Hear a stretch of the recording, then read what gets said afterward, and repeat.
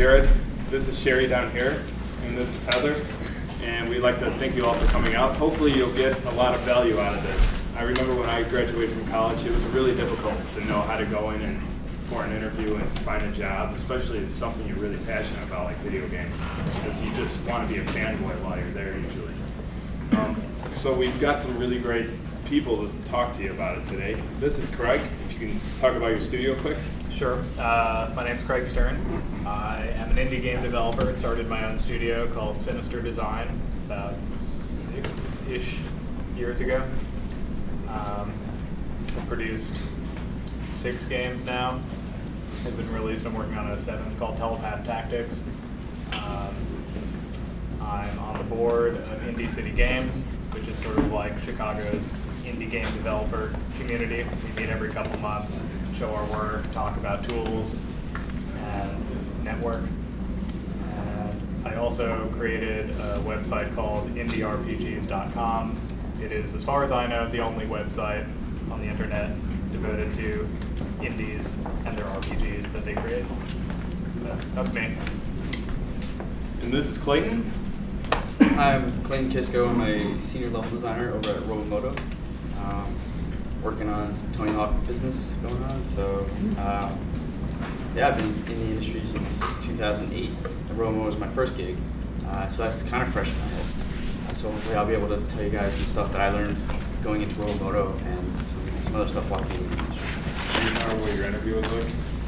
We'll talk about that. Yeah, my interview was hectic, and so I don't know if you want me to wait to go into No, it. we'll wait. I'm just making sure. Yeah, it was, that's a good story, so we'll accept it.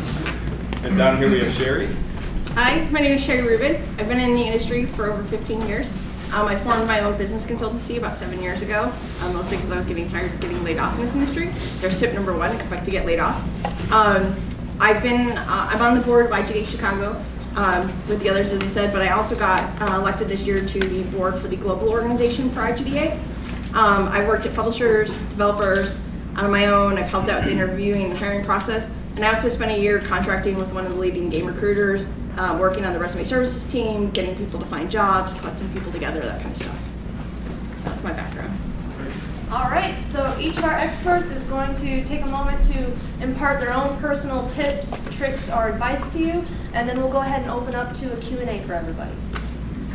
All right, so... Start, you guys. All right, so I talk fast, but I have a lot to get, a lot of notes that I took to get over to you guys. So if I'm going too fast, just start wildly waving your hand or yell at me, and I'll slow down. I'm a fast talker, especially when it's stuff I'm passionate about. Okay, so first thing is networking. Nobody really teaches networking in schools. As far as I can tell, most schools don't have a networking class or even just side stuff. There are a few things you can do. The first thing you can do is go to Darius Kazemi's blog at Tiny Subversions, subversions.com/effective-networking. He's got a series of articles there: how to attend GDC, how to do your resume, what to do on your business card. Some of it's a little old, but most of it completely works for today, whether you're a person just trying to get into the industry or whether you're a person who's been in the industry for 10 years and are starting to refine your job.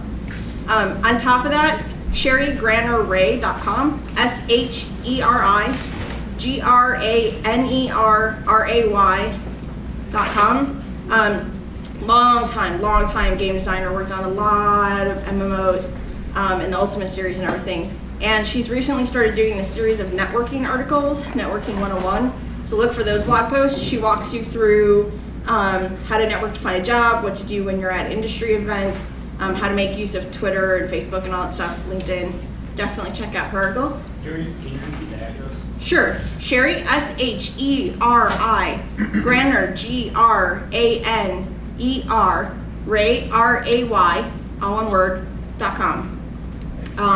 The last networking article, unless she posts something tonight, was the second to last article you'll see on there. But she also posts design stuff. She even posts a lot of history on what she went through at Sierra and a bunch of the other companies for her 20 plus years in the industry. Okay, business cards. How many of you have business cards with you right now? Wow, not enough hands. Okay. Okay, so everybody should carry around business cards all the time, everywhere, no matter what you do. I have some in my wallet. I have some in my purse. I have some in my Padfolio.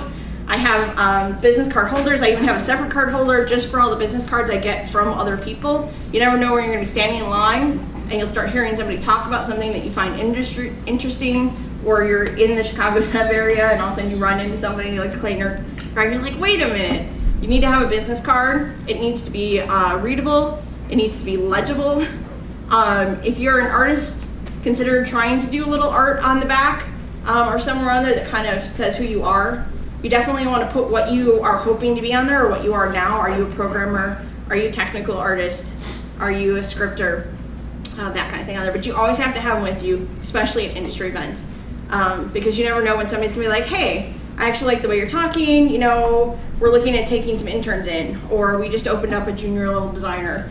And if you don't have them anything to hand them, because you're not supposed to hand them to your resume, which I'll get to in a second, you need to have something to hand them to. So always carry business cards. If you need to, go to something like vistaprint.com, where they'll help you get cards printed for cheap. And they have some great templates already that you can put into if you're a little worried about how to actually do your business cards. How many here have attended GDC or are planning to attend GDC next year in San Francisco? A few hands. Okay, so depending on what your thing is, indies versus whatever, I would say if you can attend one conference every year, it's GDC in San Francisco. You can find out about it at gdconf.com. They even have an online type thing. It's coming up this fall in Austin. They have one in China. They have one in Europe coming up in August. But 18 to 20,000 people who are game devs, game press, etc., go to GDC every year. It is fabulous for networking. It has a great career hall. A lot of times they'll even do a whole day that's a cheap pass for students where they'll have a whole grain career intensive, and they'll go over everything like what to have on your portfolio, what to do for your resume, how to network, etc. Definitely look at GDC. It gets a little expensive, but like myself, because I freelance and I do a lot of stuff on my own, so we have a lot of feast or famine, just like indie games. We room share. So this year I had 5 people in my suite, and we got one that had a fridge and everything in there to make it cheaper. So we got food from the local Whole Foods and grocery store, and we worked it that way. I had 8. I usually stop at 4, but we had to put somebody else in there to help IGDA out for GDC. Read and watch a lot. If you're into social games or you're thinking you're going to work in social games, are you reading ISG? If you're into console games, do you keep up on the latest news about the next generation of consoles? Can you talk about it intelligently at a networking event or at an interview? If you're into game design, have you looked at Brenda Garno-Brathwaite's Train Mechanics is the Message talk on the GDC Vault? GDC Vault is awesome. It has a lot of their it has videos and slides, a lot of their old talks, many for free. You don't even have to pay for it. So let's take Brenda's talk, for example. It's an amazing talk. She's got some amazing games in the Mechanics is the Message series. Here's what you do, that you read, you look at that talk, you watch it on the video, they go, this inspired me to try prototyping this way. Or I got inspired to go work on serious games, or games with a message. Well, then go find her on Twitter. She's @BR. And tweet her that and say, I really enjoyed the talk, this is what I got out of it. Or find her on her blog, appliedgamedesign.com. Make a comment about it. Do that with the people that you meet. Do that with the people that inspire you. Start a conversation with them. Don't ask them for anything. Don't ask them for a job. Don't ask them to read your resume. Just talk to them intelligently about games. Most people in the industry love to talk to other people intelligently about games. This is why we're in here. We wouldn't be here if we didn't like games. So talk to them. You never know what's going to happen. It will give you something to talk about at industry events and interviews, and it lets you seem informed and hopefully up to date on what you're doing. For how many of you in here is this your first IGDA Chicago meeting? Okay, attend as many conferences and networking events as possible. A lot of them will be free, some of them won't, but if you can't, like say, for GDC, then go and register to get into all the parties and the networking events that don't require a pass. But be professional and smart. Don't get drunk. Don't do anything stupid. I had a friend, literally been in the industry for over a decade, was up at the VP level, is no longer in the industry and hasn't been for over 7 years because 1 year at GDC, she got a little too drunk, did a lot of stuff that's embarrassing, and now she's embarrassed to work here and basically got blackballed by a lot of the people in the industry. Don't get drunk. If you have to, get 1 drink, sip it all night. Just take it easy. Definitely alternate with whatever you do. Don't get drunk. It's not needed. You can network and have just as much fun without getting drunk. Don't bring your resume to these events unless it's a career fair or hiring booth. We don't want to see it. We don't want to see you pulling out resumes. That's just going to turn us off. We're not going to want to talk to you because all we think you want is a job. Don't outright ask anybody for jobs. If the thing comes up and they're like, hey, are you looking for something? Sure, go ahead and talk to them. But don't ask everybody that you know at every event for a job. That's one of the reasons why a lot of these chapters, like IGDA Chicago, often have problems is because we're getting overwhelmed by people that just ask for jobs, and none of the real developers want to show up. And the more developers you get showing up, the better chance you have of getting yourself noticed and then getting yourself a job in the future. Do, however, ask to take someone out to coffee or for lunch to learn more about the industry or their company as an informational interview, not to ask for a job, just to find out why they do what they do, what their company's like, why they're a designer, why they're an artist. A lot of us love free meals, especially if they're good ones, because we're often eating pizza very late at night, every night, because we're in crunch. Even if you can dress more casual, like we all are tonight at these type of events, make sure you shower, don't smell, your hair's groomed, get some pocket strips or some breath mints, something. I met a guy at E3 who was a former colleague out here from Illinois, and he was looking for some help to look at his resume and have me help him find a job. And we met at E3, and it was only the first day, and he reeked. And I was literally having trouble just sitting across the table from him. That's how bad it was. And I could not wait to get out of there. There's no way I'm going to use my network and my resources to recommend him for a job if I think he's gonna show up ungroomed and smelly. It's just not gonna happen. So even if it's just a very casual event or you're just going to one of the industry night lectures, groom, shower, please do something. It's really bad. I hate it on GDC by day 5 when everything stinks. It's just not good. And it doesn't make you look good, it doesn't make you look professional, so we're gonna have trouble trusting you. Ask smart questions, again. Get a mentor. If you can, try and find somebody in the industry that you respect that's doing the same job you wanna do. So if you want to be an artist, try and find an artist in the industry. Don't ask them for a job, but ask them if they will mentor you and look at your portfolio and just work with you to go, are you doing the right things? Are you taking the right classes? Are you heading on the right track? There's a mentoring program called Game Mentor Online. It's run by Wiggy and at one point was partnered with IGDA's Women in Game SIG. This actually has tons of industry people, from myself to Blizzard, whoever, all mentoring proteges, who is anybody new to the industry or students. And it goes through a whole system. You get attached to a mentor based on what your needs are and what you're looking for. It's about 4 to 6 months is the commitment, but like right now I'm helping my person who wants to become a writer in the game industry. We're going over his resume. We're going over interview tips. We're working on his portfolio. All the stuff that you can't just outright ask every random stranger, but this is my job. This is what he asked for a mentor to be. I agreed to do that as a mentor, so that makes it happen. How many of you are on Facebook or Twitter, LinkedIn? How many of you actually actively look at what's on your Facebook, Twitter, and LinkedIn to make sure it's appropriate for potential employers? So I'll tell you my little story about this, about how it can bite you in the butt. We were doing scholarships for GDC, for IGDA. Heather's been a scholar before. We are very picky with the IGDA scholarships. What it usually does is it gets you a full pass to the event. Now they even get studio tours, sometimes dev kits, the whole deal, right? So it's very particular, you're competing against a lot of people, and I was judging for the scholarships, and this one guy's like, to learn more about me, go to, and this was, you'll see how old this was, go to my MySpace profile. And so, but this was back in the day when MySpace was obviously MySpace and not Facebook. But I went there, and there was a ton of obscene photos, there was a bunch of swear words on it, there was his friends bashing him and making fun of him and all that stuff. Instantly, he went in the trash pile. Because I don't want that. I don't want that in my company, and I don't want that representing me at an event. So make sure that whatever you have publicly viewable is appropriate and is not going to turn some prospective employer down or not going to possibly offend somebody, because you never know what will offend somebody. So just play it smart there. How many of you have a professional email address? That is something like your name and not like sexyartist23. I have, that's a very good thing. So try and find something that has like your first initial and your last name, or your first name and your last name together. Even if it's at a Gmail or a Hotmail, that's okay, but just try and have something in your name. Especially when you're sending resumes and stuff, you don't want somebody to be like, oh, well that came, and this was literally an email address used for one of the GC scholarships, cyberkill@hotmail.com. Yeah. I don't know who Cyberkill is.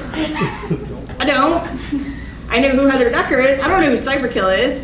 I'm not going to email back Cyberkill, hey Cyberkill, I really liked your resume. No, I'm just not going to do that. So try and have a professional email address if you can, especially because it's so cheap these days. If you can afford it, get your own domain. So like I have SheriRubin.com. It's got a blog on there, links to my other projects. It talks about what I'm doing. That's where you can put your portfolio or your demo if you're a programmer or an artist. And it also means that when somebody's emailing you, it looks more professional. So people can email me, Sheri@SheriRubin.com. Look, I've just put my name out there twice in one email. And then I'm going to have it again on my resume. And then I'm going to have it again on my portfolio. And so that gets name recognition. So the more they see your name, and not a nickname, the more they're going to put that together with you. And hopefully if your portfolio or your demo or your resume is good, then they're going to associate good with your name. And that's going to get you farther in the door. And it's going to get you taken more seriously. Especially depending on what kind of job you're going for. Resumes, clean, not so artsy. Even if you're an artist, avoid too many fonts and styles. Please do not highlight. Please do not do 5 colors. Please do not do 3 different types of fonts with 6 different sizes. You need to make it as clean and easy to read as possible because you don't want them looking at the style of your resume. You want them looking at the content of your resume. When I worked on resumes with the Game Recruiter, we literally picked one font for the whole resume. We just did a couple different sizes and maybe some bolding or some italics based on if it was like a book title or the title of the company that we're working at. That was it. Very clean, easy to read. If you can, and there's definitely free software out there to do this, PDF your resume so that the formatting doesn't change when it gets to them. And if you can't do that and you're using, say, Microsoft Word, put it read only. Because what read only does is it gets rid of all those squiggles that no matter how many times you say that your name is correct, when the other person gets it, they're going to see all those squiggles for all the game names and all the company names and all that stuff. So if you do it read only, they don't get those squiggles. So that gives it a better way to make it more presentable. Don't lie. Oh, please do not lie. Please do not lie. There's a lot of people that seem to just claim that they worked on games that they didn't actually work on. And we will find out. This industry is very small. I'll get to that in a second. So don't lie. Please proofread. This is a must if you are a designer or writer who's expected to write lots of docs, or if you're a game writer. You have to proofread. One trick is read from the bottom up. Read from the last word to the first word. Because then your mind isn't tricked into what you knew you wanted it to say. You actually have to read what you wrote. I will trash resumes. Just throw them right in the circular pile and not even go further with the candidate if it has typos or an obvious lie in it. Because I don't have time. There are plenty of talented, honest people wanting the job that I can deal with. I don't have to look at you further. If you do have the resume that lands you that interview, make sure you're prepared for that interview ahead of time. Ask for who you might be interviewing with if they know who you're going to be seeing that day. Look them up. So I used to, when I was interviewing, I would get the list of people I was interviewing with. I would look them all up on LinkedIn. I would look at their Moby Games profiles. I would look to see if they have Facebook accounts, whatever. And then I would do my research so that I could ask them questions based on what their position was, games that they worked on in the past. Ask the HR person or the person who's your main contact there that's hiring you what the appropriate attire is for an interview. Although most of us will work like this during the day, it's not always appropriate to show up into an interview. Doesn't mean you have to show up in a 3-piece business suit, because sometimes they'll just look at you very oddly, like, what are you doing? Did you just go to a funeral? But they may go, oh, well, for interviews, we expect you to be in business casual. So khakis and a nice top or a nice blouse. Sometimes they'll say, sure, jeans are okay. Never show up in shorts and a t-shirt, you know, or open-toed flip-flops, especially with socks on, because we all know that's wrong. But make sure, you know, you check with the HR person and they'll tell you what's appropriate so that you can feel comfortable knowing you went in based on what they're expecting, and they'll feel comfortable knowing that you didn't overdress or underdress, and you can still look professional but at the level they expect. Don't apply for jobs you do not qualify for. If the job says you need 3 to 5 years experience in this industry, and it says you need 2 ship titles, and you do not have any ship titles, please do not apply for that job. What you will do is tick people off. They will most likely, unless for some reason you're like an inside referral or have a very compelling reason, toss your resume.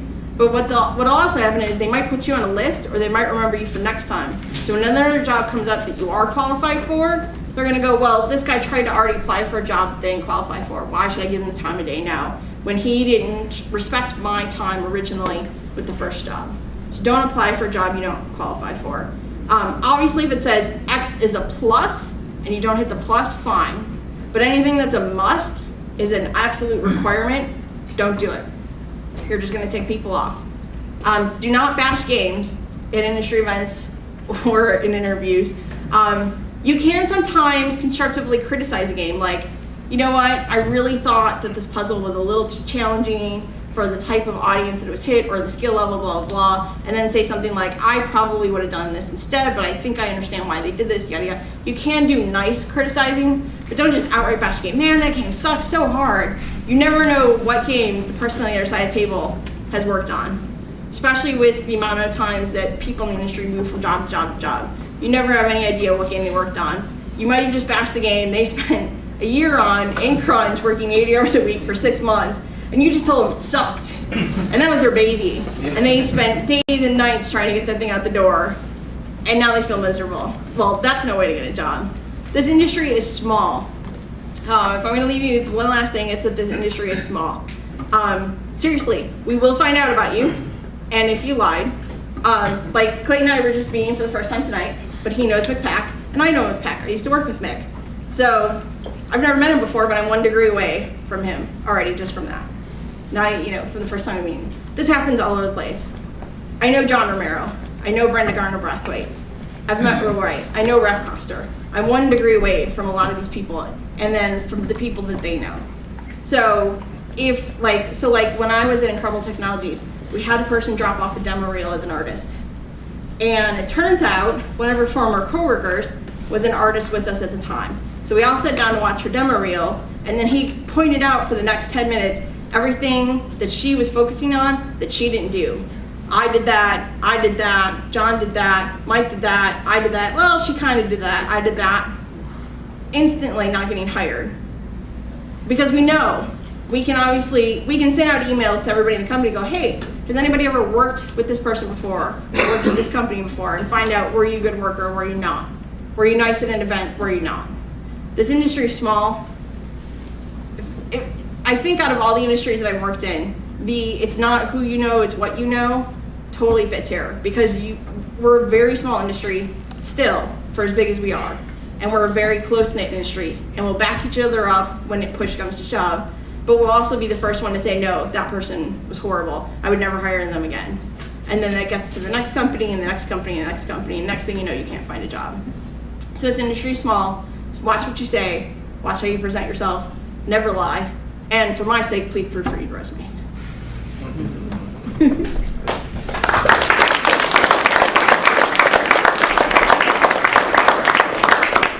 No idea how I'm gonna follow that because she nailed on every single thing. Hopefully, maybe I can emphasize some cool stuff, including that the industry is very small. And that's funny because my professor was Brenda, and I hear a lot. It's SCAD. Yeah, exactly. Where Heather goes to SCAD. Oh, See, boom. literally, it doesn't take very long to get to anybody in this industry. Yeah, So, and and I'm hearing a lot of things that Brenda preaches as well. And so what Sheri's saying, definitely take to heart. I could say that on top of all that, I hope that you guys are not just going to college and thinking that your homework and your project is going to be anywhere near enough of work to get a chance at this job. If you guys have been reading Kotaku, any other articles, you guys will know that people are getting laid off, every day. I don't mean to be like a negative Nancy here, but you're competing with everybody in this room, everybody in any other school, and then on top of that, very talented individuals who have network, who have just been laid off.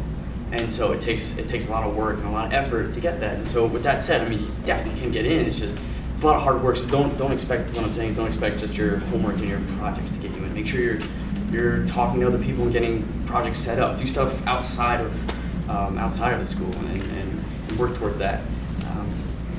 Also, like Sheri said, make sure you're able to intelligently speak about games and all types of genres. I know that colleges want you to focus on a certain thing, and you should. But definitely make sure you can speak to different designers about many different genres of games and tell them at that. I don't know. I guess when I was going in, I was very flexible. I was in New Jersey. I just got out of SCAD, and it was a couple of months. And I got lucky. And that's another thing. Don't expect to be hired right away too, and that's okay. It takes a while. It takes a long process. The interview process can start with talking to someone, and maybe 3 weeks later you have an email back, and then a couple weeks later you have a phone interview, and then another month goes by, and now you have your test, and be expected to take the test. That's gonna take all your time. I've seen tests from a week long to a whole month long that you have to just work on. I mean, there's a whole another semester to think about our second job, and you have to do your best at it, and because they're going to look at it like your professional work. And so, I had to do plenty of those, and I had to be very flexible. I couldn't just sit down and be like, you know what, I want to stay in New Jersey, and I want a job in New York. I put my resume out to everything. I needed to be very flexible and willing to go anywhere and live anywhere under whatever salary, if it meant that I was going to get my shot to show these people that I was capable of doing this job. And that's how I got to Chicago. And so I'm very thankful that I was that flexible. I know some people can't or won't, but it's very important to think about that. I don't. How did not suck it in the interview? How did it not suck? How did not suck it in the interview? Oh yeah. Just be yourself. Don't lie. Don't smell. Seriously, you have no idea how often that happens. It's really impressive. Yeah, we have an idea.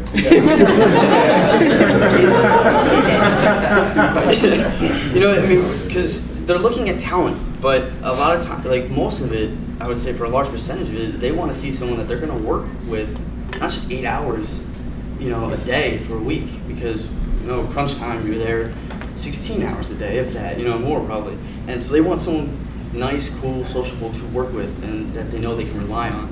And so the talent goes a long way, but I've known people and seen people who have just insane amount of talent, but they were jerks, or they couldn't handle themselves well in an interview, and they didn't make it. But someone who didn't have that much talent was very personable, very likable, and we got through that door. And so that's another great way to not suck it. Be prepared to be on the spot. When you go, I can't tell you how many hurdles you have to jump to get your job, but right when you think you're in, you're gonna have another test. Even when you get to the interview, the face-to-face, I've been put on the spot where, okay, let's make a level whiteboard go, and you gotta just kind of go and do it. I know it's very common for programmers. When you go, they want to know you're not cheating, because you could just go online if they give you a test, So you're gonna sit in an office and you're gonna take a test right away, and then afterwards they're gonna grill you on it. Some people are a little bit nicer, but I've also been in cases where people are a little bit heavier. Why did you do this? They want to really see how you work under pressure. They want to see how you take feedback, and that's another great thing, is be able to take feedback well. You want to don't get too married to your ideas, right? Because some people could get offended if someone has an opinion. You're probably learning that in college anyway. You're presenting your projects, people give you feedback, but if you find yourself getting a little angry, just remember, it's good as part of the process.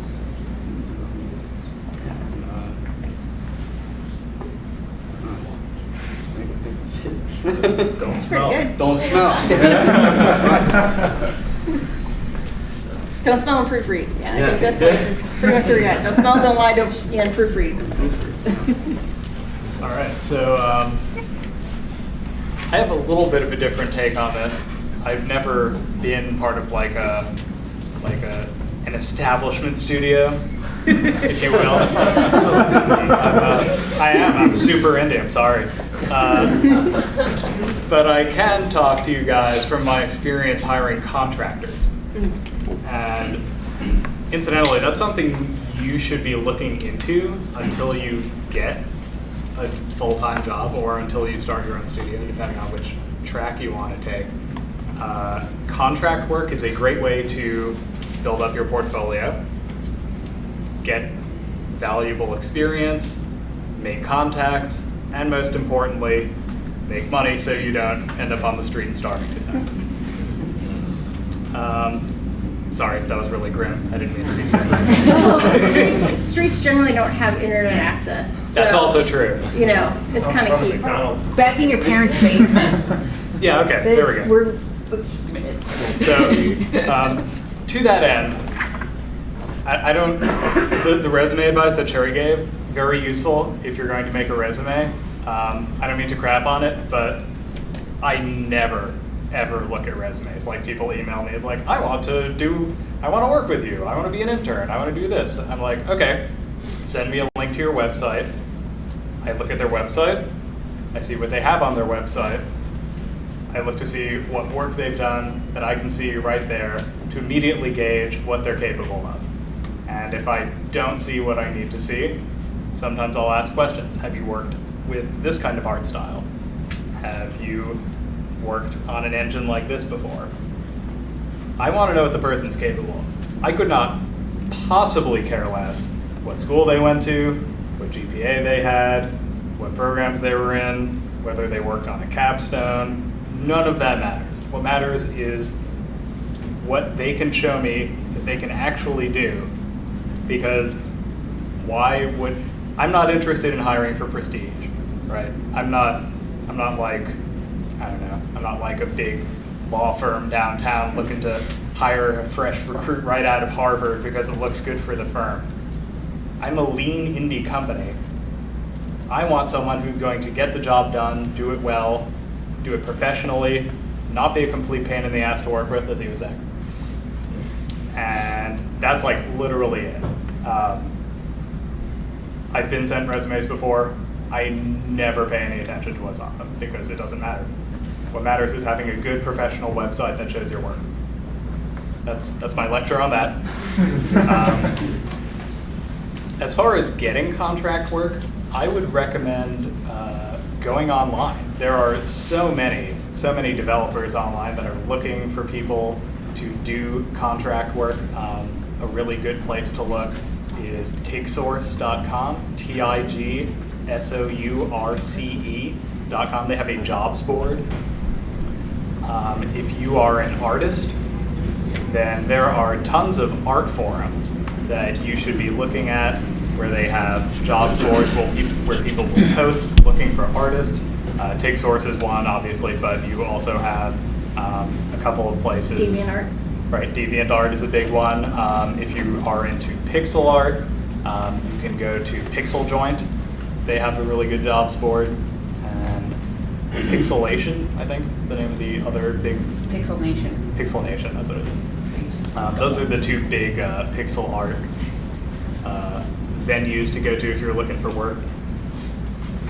And beyond that, I would say it's important once you actually do land a contract job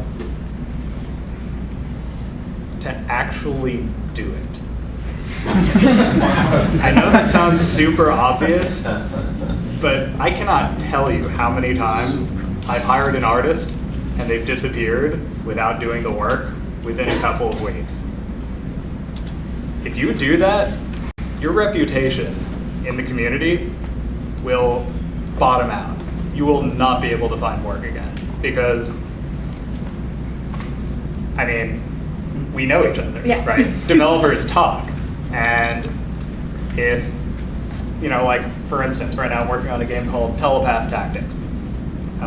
I've been keeping a developer's log on tigsource.com, and you know, every time I post an update, like it gets like 100 views from other developers who are sort of keeping up on what I'm doing.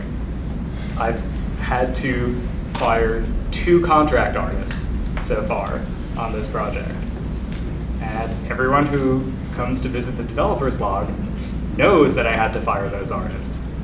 And those artists are not going to get hired by the people who see that. So, word to the wise, don't take on contracts you're not going to do because it will be very bad. Make sure that you're reliable. Make sure that you do the work. Okay, enough about that. Let's talk for a second about what happens if you don't want to go work for a major company. Right? What if you want to start up your own studio, do indie work, and not just contract or work for a big company. I have a few tips I'll share with you quickly. The first big thing to keep in mind if you decide to go indie is it takes a long time to get established. It's just like any small business. It literally takes years in order to build up enough contacts, to build up the reputation, to build up the fan base, where you can actually make a decent income with each game you release. That's just generally how it works. So make sure if you do go that route that you're not rushing into it head first, because unless you have very generous and wealthy parents, you're probably going to run out of money and you'll be put in a desperate situation where you find yourself having to make Facebook social games with in-app purchases, which I guess is something like the game developer equivalent of giving out hand jobs on the street. So, I guess is what I'm saying. All right.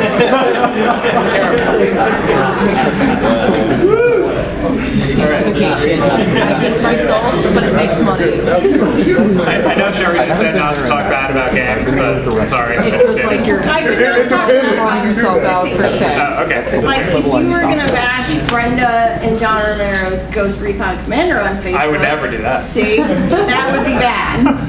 But there's a whole hardcore, casual, whatever debate going on, and most of it's silly, but everybody's got their stance, and just be careful whose side you take when you're talking to people. All right, Don't go eating bogus in person, it does not end well. All right, so second tip, scope small, right? And that's just simply knowing your limitations. It takes a long time to make a good, polished game, and if you scope it too big, you're not going to finish it. It's simple as that. You have limited resources when you're an indie.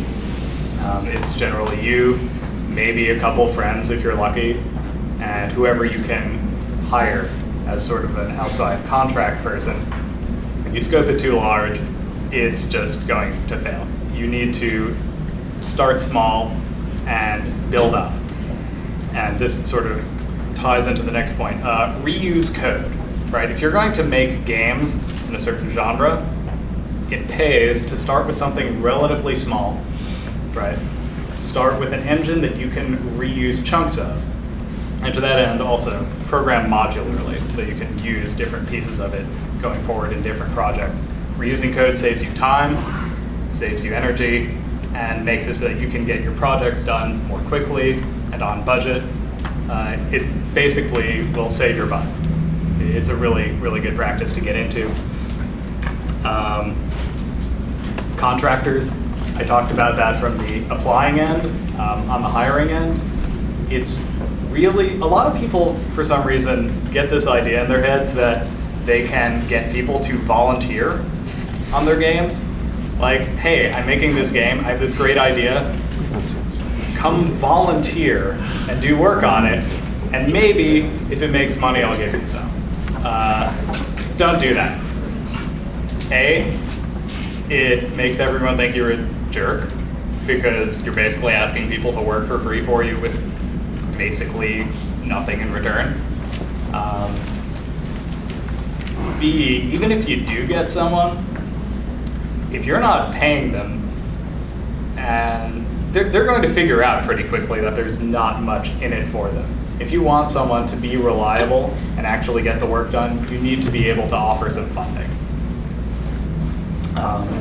And to that end, I strongly recommend offering lump sum payments rather than just revenue share when you're hiring contractors. It's just generally much more attractive until you're established and you're well known and people actually expect your games to make some money. Let's see. Another thing about contractors, if you hire them, make sure you have a lawyer draft your contract. I know that a lot of you are probably hearing that thinking, that's a waste of money. I don't need to do that. No, you do need to do that because you can get royally screwed. It's like Wu-Tang Clan, the law ain't nothing to fuck with. Let's see. Oh, important thing about selling games. People have to know about them in order to buy them. There are 3 basic ways people can know about your games. One is word of mouth. You have no control over that. Word of mouth is awesome when it works, but it's basically a Hail Mary. You have no control over it. Don't rely on word of mouth. The second way you can get people to learn about your game is advertising. Advertising can be effective, but it's also very expensive, and if you're an indie, you're probably not going to be able to afford it unless you somehow stumble into like a leprechaun's pot of gold or something. Like, it's probably not going to be the way to go. The third way is to network. As these fine folks were just saying, you need to network, not just to get a job though, but to get the word out about your game.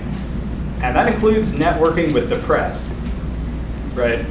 You can't, here's the thing about talking to the press. All the stuff they were saying just now about how to talk to people and relate to them and don't just ask them for a job, it's kind of like that with the press too. You want to get to know people in the press. You want to have conversations with them about games. You want to build up a relationship with them and not just spam them with mass emails all the time if you want to get the word out about your games. Sometimes the mass email thing will work, but it'll work much better if people in the press already know who you are, have some sense of what you're like, and have a sort of personal reason to care about the work you're doing. So I would strongly recommend making friends with people in the gaming press, if at all possible. One last thing about dealing with people in the press. How many people here, just raise your hand if you know who Kieran Gillen is? Okay. Wow, very, 2 of very us. few people. Okay. Raise your hand if you've heard of Rock, Paper, Shotgun. Okay, still not enough, but better. Rock, Paper, Shotgun is basically the #1 PC gaming blog on the internet. If you aren't already familiar with it, start reading it. Start reading it because they have a huge readership, and the more you know about the site, the more likely you are to be able to get coverage on it. The more coverage you get on it, the better your game will do. Period. Anyway, Kieran Gillen is one of the founding members of Rock, Paper, Shotgun. He no longer writes for them. He went off to write comics for Marvel or something, but he's still a respected figure. Back in, I think it was 2005, he wrote this really, really good guide for dealing with the gaming press. And it's on his website. I think it's like gillen.cream.org or something like that. If you do a search for Kieran Gillen, use and abuse the gaming press, you will find this article. In it, he talks about a whole lot of really useful things. Probably the most useful thing in the whole article is, I believe the analogy he uses is using a sniper rifle versus carpet bombing. Right? When you reach out to the press, you should do your homework first. Figure out who in the press likes the kinds of games that you're making. Reach out to those people individually. Say, hey, I know you've covered this in the past.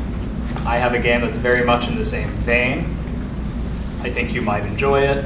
I'd like to offer you a review copy. You know, I'm available for an interview if you want to, you know, do an interview. Those kinds of personalized sort of sniping approaches can be very effective if you choose your target correctly. And it also gives you much more credibility because, again, you're sort of cultivating a relationship with someone who will potentially be interested in the work you're doing going forward. So that is all I have to say about that, although there's like a million more things I could. I'll stop.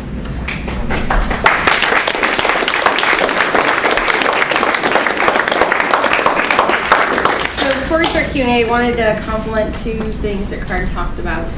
The first is, while there are a lot of people like Craig that will never really look at a resume and they just care about what's on your website, and you should have a website or a portfolio or a demo or whatever that's good to look at.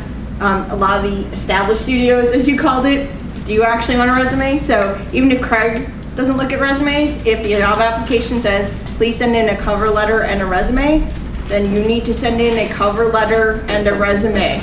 That is not negotiable. And it should be tailored for that studio, Yes. the cover letter. You should also tailor the resume for the job as well. So if you're looking at, say, a bunch of different artist jobs, and you're looking at objects, plus environments, plus lighting, plus rigging or whatever, well, don't send the same resume for an environment art job that you're gonna send for an animation and rigging job. Just don't do it. So tailor it to make sure that they have enough there to want you to get in the door. The second thing is, he talked about getting a lawyer. I absolutely agree. I have my own lawyer, and I have I have a bunch of lawyer friends that I've tried to cultivate in my network throughout the years. Tom Buscaglia, the game attorney, he actually has a whole package of stuff specifically for indies and small startup studios called the Game Dev Kit, which actually sells pretty cheap, which has basically a base contract, a base NDA, etc. on there. It's really useful. The flip side of that is read everything before you sign it. Read the NDA, read the employment contract, read your benefit letter, read your offer letter, whatever you need to. If they're handing you anything legal and you have to put your signature on it, you need to read it, every single word. And some of us who've been in this industry for a very long time have gotten used to signing NDA after NDA after NDA, especially in freelance. And sometimes you get in the habit, you're like, it's just an NDA, I'll just sign it. But it can bite you in the butt. I was looking at an NDA once when I was about to sign on a new client. I was reading the NDA and I saw this one clause buried way down, about 3/4 of the NDA, that I'd never seen before. And I went, that's a little weird. So I sent it to a lawyer friend, and he's like, all right, well, just this once, I'll look at it for free. He's like, but if there's anything major, it's gonna cost you. And I was like, crap, because I know how much he charges, and now I don't have that kind of money. And all of a sudden, I just get an email back that says, please call me at, and he gives me his number. And I went, like, I don't know this kind of money. And I called him up, and he goes, I have no problem with the NDA. And I was like, yes, cheap. And he goes, except for the people you'd be working with.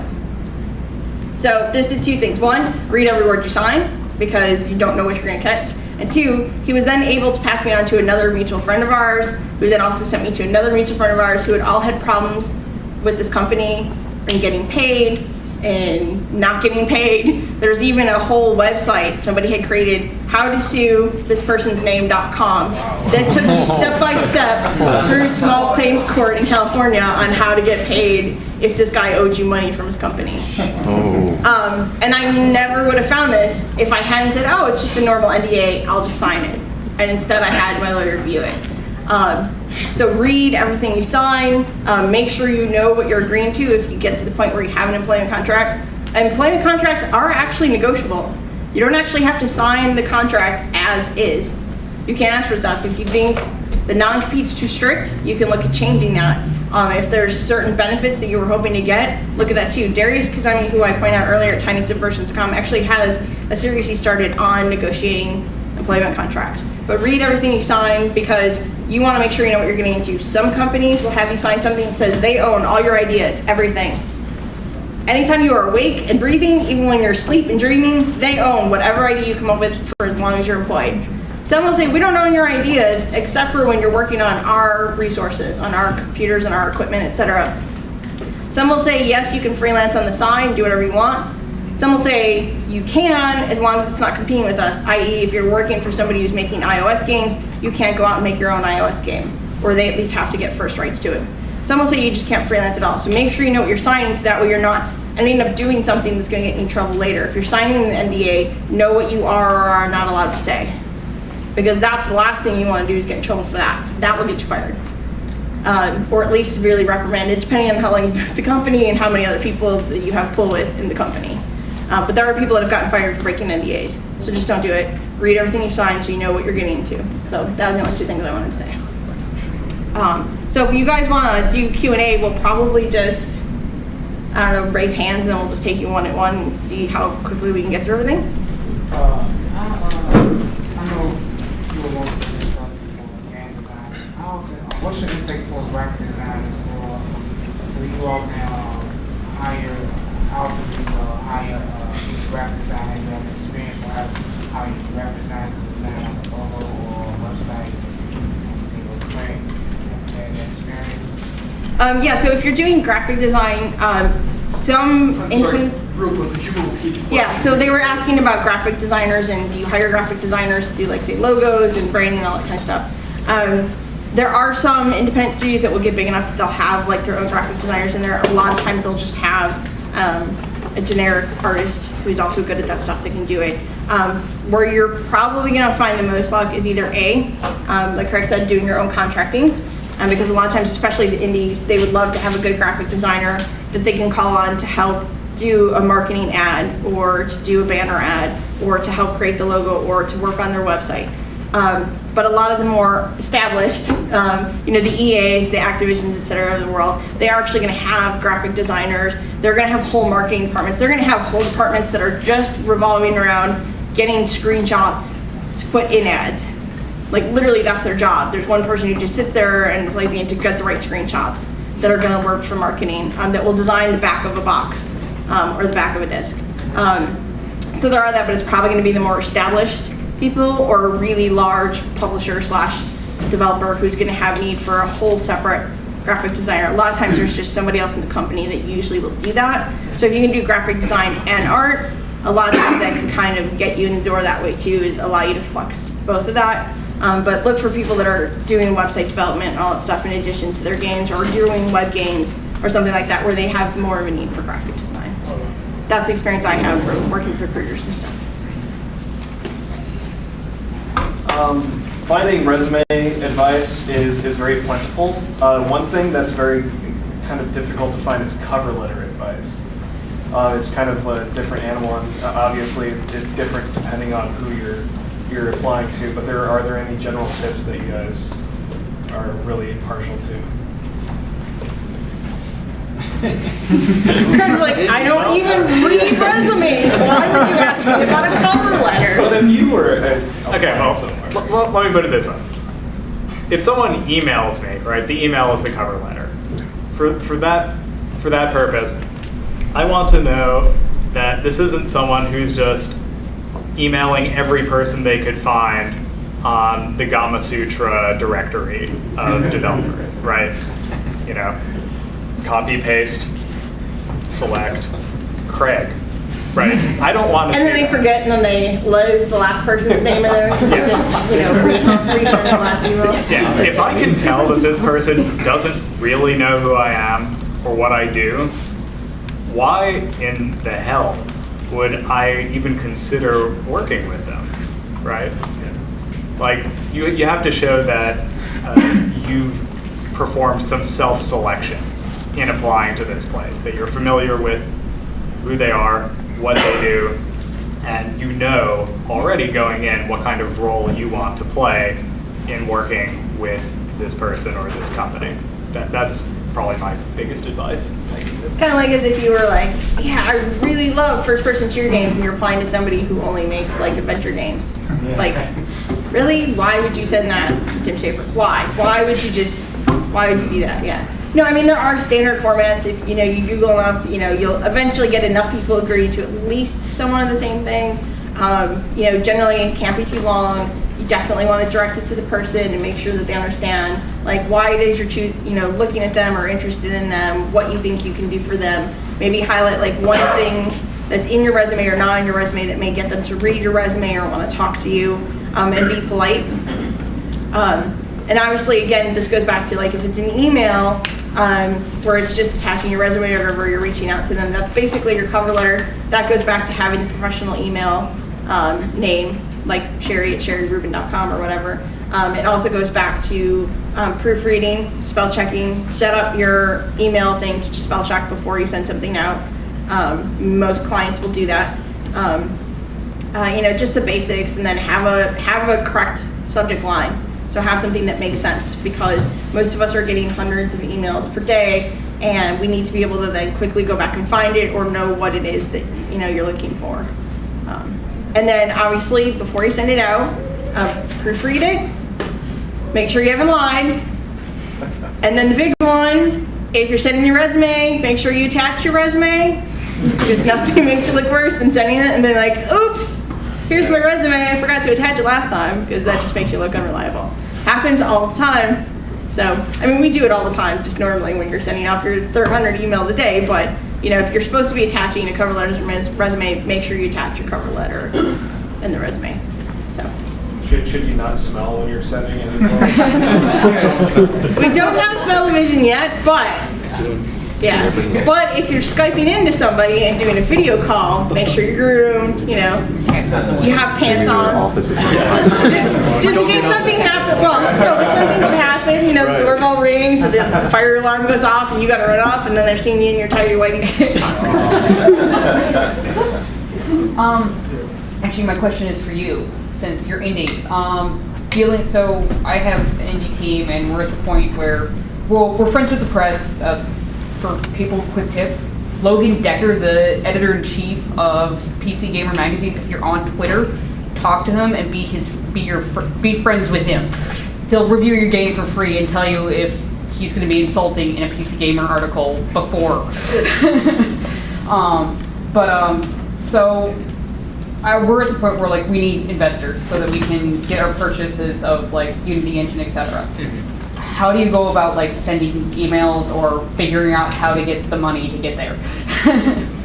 Well, Kickstarter, right? It's always, I mean, obviously that's not the same thing as getting investors because people are essentially donating in exchange for But it's goodies. often better.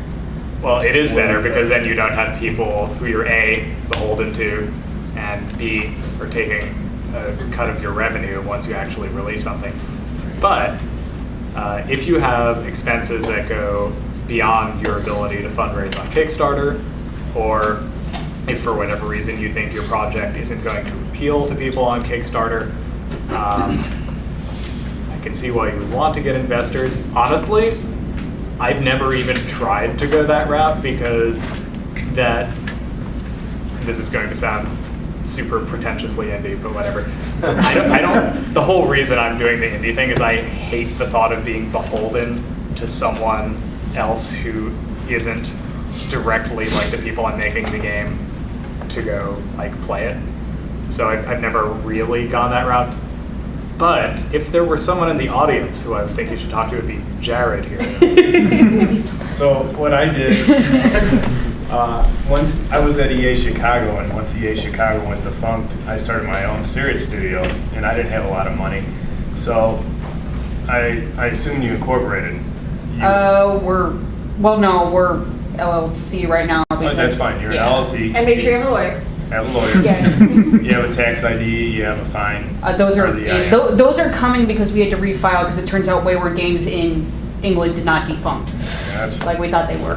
Well, I did everything off of credit cards in the beginning, and that's a quick loan. And, you really have to be careful how you do things. Like a Unity license is fairly cheap. Yeah. Make all your stuff as cheap as possible until you start bringing in revenue.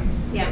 You live off of ramen just like you are in college. And be careful of your friends because That's why you have a lawyer. Right, that's one thing that Craig brought up really quickly. I started a studio right out of college with some friends, and I believe there were 6 of us, and one guy is still my friend out of that.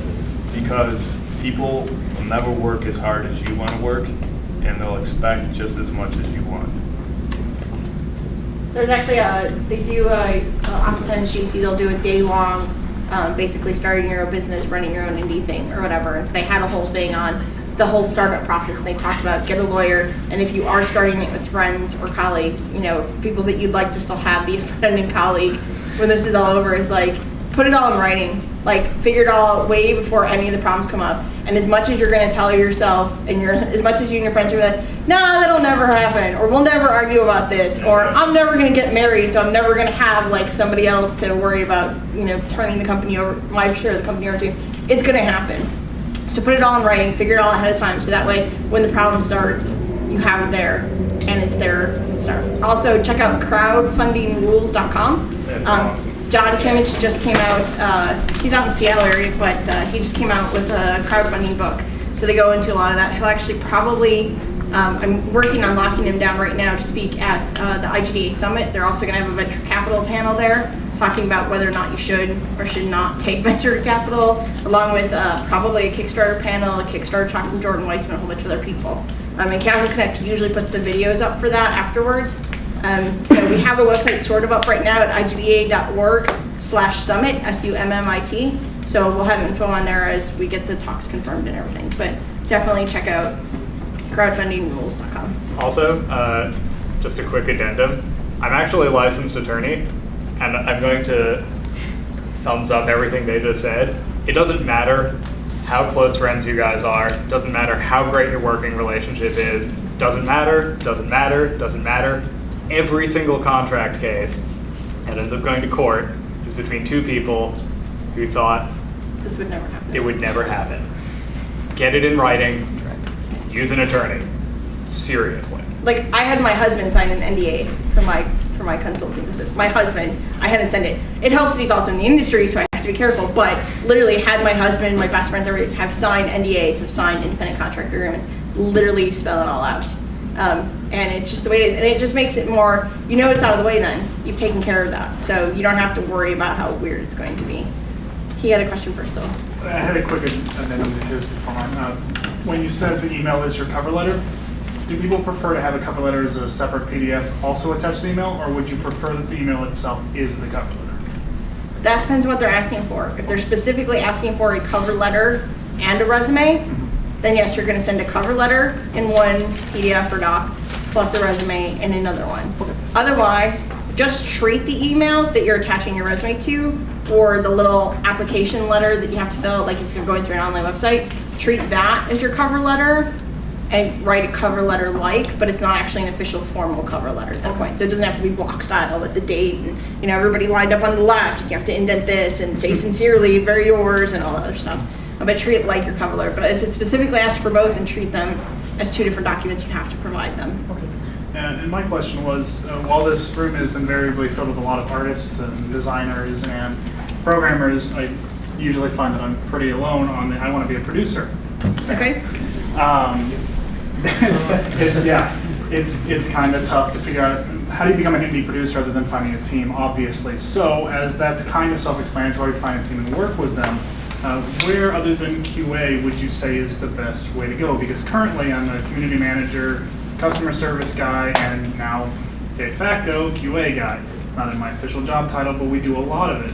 So my question is, what is the best way to gain the skills to become a producer, and how much of it do you think transfers across industries? Say I wanted to go on Craigslist and try and work with a web development team and just keep them on track. Because I did an exercise with one of our game design clubs where they didn't have a design doc, they had nothing, they had no way of assigning tasks. And so I took that on and I did that as an exercise for myself. But now when I'm out of college, etc., now what do I do? So there's not a lot of people that want to be producers or project managers. I've been a producer on multiple PSP games, the console games, and the like, even PC downloadable games. So the first is extra credits. Everybody here know what extra credits is? Yeah. So whether you have issues or not watching it now that they're on Penny Arcade, they also have extra credits.net or whatever. They have an actual video, so you want to be a producer. Everybody hug your producer, seriously. That was the best part of the whole video. Producers really get no love. They really, really do not get a lot of love in this industry. There's very little people that want to be. They do transfer industries. So like with my clients, I have one client that has a portal for casual games. And so 1 month I will be sitting there project managing their iOS game and making sure we ship our first game on the App Store. And then the next month I'm project managing getting their desktop app out or working on their website. So it definitely translates as long as you can show you can get a bunch of people crowd together and get something done on time, on budget, you know, on schedule and on scope. And the scope thing is huge. You all know the fast, cheap, good triangle? If you don't know what that is, look it up, because I'm not going to explain it, because you need to study it and learn it. Fast, cheap, good. Pick two. So it does definitely translate. Yes, a lot of people, yes, a significant chunk of producers will come in from QA. But you can actually get an associate or production assistant job and work your way from there as long as you have basics. Generally, if somebody's going to trust you outright to just be a producer without any actual industry experience, then you're going to need to have at least a bachelor's degree. You're going to need to have basic like Microsoft Office, software tools and stuff. And then what also helps is being able to speak intelligently about all the other disciplines. So one of the things that I do is I'm on almost all of the IGDA special interest group mailing lists. They have like 30 of them. I'm on at least 20 of them, including the one for game design, the one for game writers, the quality assurance one, which I helped found, sex and games, the production list. There's a producers SIG list. Check them out. And so what that does is I see what they're talking about, I see what articles they're sharing, I see what issues they're talking about, and I can then talk to them in the same verbs and the same terminology that they are. I understand what they're going through. I understand what their gripes are, even when they won't say it to the producer's face, and so then I can interact better with them when I'm actually in the office. So check that out. Check out the production SIG. They also have a recommended list of books to read too, which are really awesome. That's a great point. You definitely, as a producer, it helps if you know how long it's actually going to take someone to do that job, and you're responsible most of the time for multiple disciplines, so you know what you're asking for and expecting of people. So that's great. And it's also good to call bullshit once in a while. Right, Like, yeah. this is going to take me 2 weeks, and I'm like, You're a liar. yeah, I will give you a week, because if not, I know somebody else who can do it in a week. But yeah, so being able to talk and know what everything else that is in the terminology is really helpful. Cool. So with the whole networking thing, so I get it. Like, be smooth with it. Like make some friends, obviously, but Confident, not cocky. Right. Very active in the industry and in IGDA specifically, especially for this chapter. And I got laid off from Incredible Technologies, and I called up. I took the first day just to be like, oh my god, I just got laid off, right? Because you got to get through the motions, and you're not calling anybody while you're all like, oh my god, I have no job anymore. You don't want to do that. So I called up. So the very next day, I called up one of the guys from High Voltage, and I was like, hey, I just wanted you to know, and I didn't say I got laid off or didn't go through that whole thing. And you'll learn after a while in the industry, you don't even need to say that. I just said, I wanted to make sure that you have my personal email address. I'm no longer Incredible Technologies. So I want to make sure you have my personal email address for all the IGDA Chicago stuff we're working on. And he goes, oh my god. He goes, can I call you back in half an hour? And I said, sure.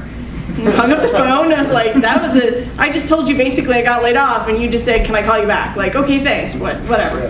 Half an hour goes by, and he calls me back, he's like, okay, so here's the 3 positions that I have in mind for you. And it was an HR assistant, a production assistant, or a game designer.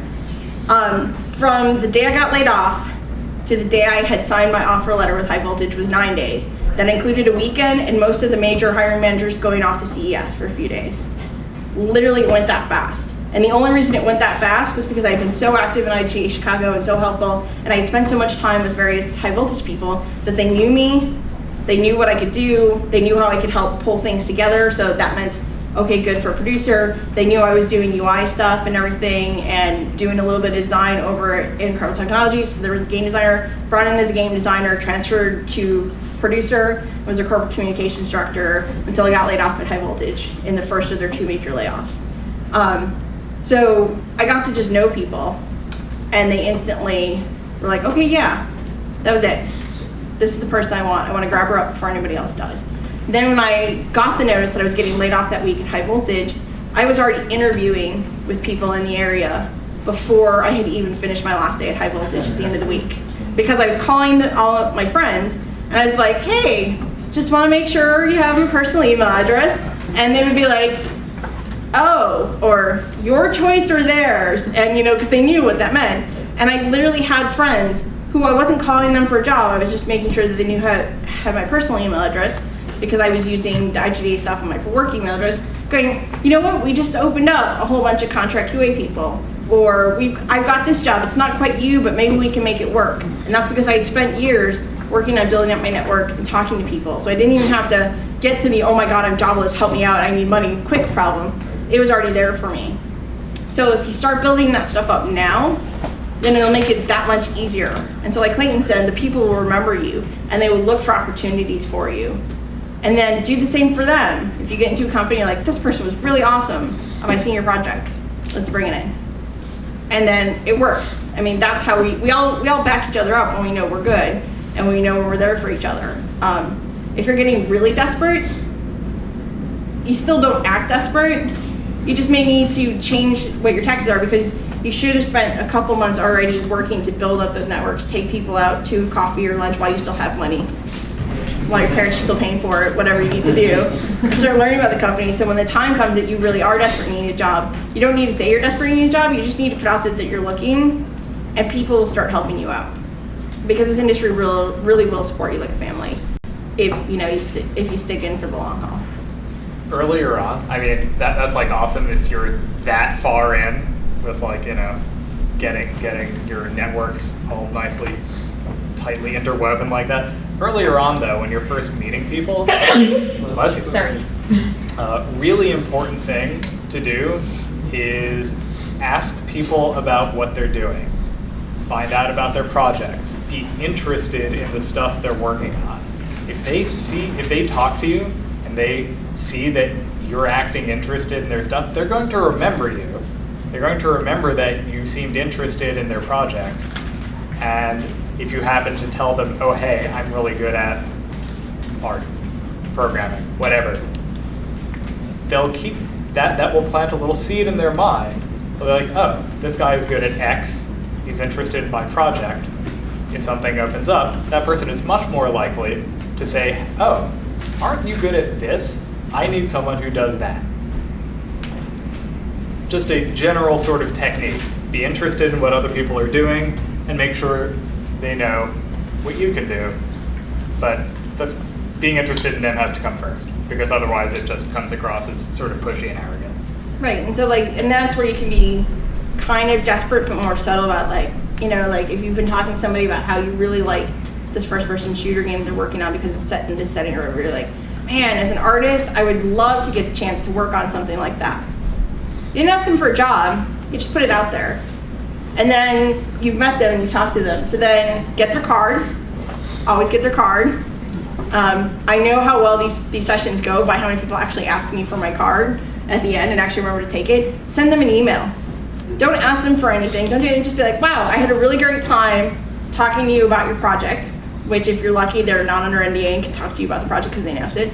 And I thought it was really great how you're trying out this new engine, or you're doing this, or your game is set in this time period or whatever.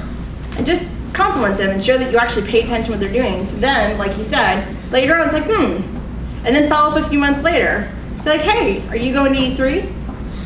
I really wish I've been thinking about going, but, are you going to be showing your game there, whatever? Just do a follow-up email. And then if they have an online game, starting to head towards GC Online, be like, hey, are you going down to GC Online? A bunch of us are going down there. I'd love to get the chance to see you and talk to you more about your project, whatever. And just keep following up. And that's actually how you start building it up. Raph Koster, who does his book, A Theory of Fun, on game design, I was on the IGDA SIG mailing list so often when I first started in the video game part of the industry that when I first met him at one of the GDCs, he's like, I know you. I'm like, okay. He's like, you're the mailing list person. Okay. Apparently I found something that made me memorable. He saw me in a bunch of lists. He saw me talking intelligently. When he actually autographed his book for me, he draws a penguin for everybody. He drew me as the mailing list penguin. So find something that makes yourself unique. Darius Kazemi used to always wear an orange shirt. So you knew I need to find Darius. Okay, well there's a guy with an orange shirt. Good chance it's Darius, because not many guys were wearing bright orange shirts all over the conference. But if you just keep putting yourself out there, then eventually it'll start to stick in your head. So I think Craig was right there. Have you ever came across any people who apply for environmental art and had character designs in their portfolio? And if so, could you give any tips or advice on having a better environmental art portfolio? Because I'm going to environmental art and see how I can try to improve myself and making a better portfolio and see how I can approach this. Yeah, well, you wouldn't want, character models on an environment portfolio. You want to give not only your best work first, but the work that applies to the position. Right? So, I'm not on the environment team, so I can't speak too great on what is provided, but just make sure that you're up to date with all tech, right? If you're applying to a Halo type, like Bungie for instance, you want to maybe tailor it to something that is maybe sci-fi, right, space oriented. Cater it to the company, just like a resume, just like a cover letter. Yeah, always kind of try and tailor your portfolio. And if your portfolio looks too small because you have to take the character design out, that means you haven't spent enough time building environment pieces to put in there. And always show your best work, whether you're an artist, a programmer, whatever, especially for programmers who are submitting code samples.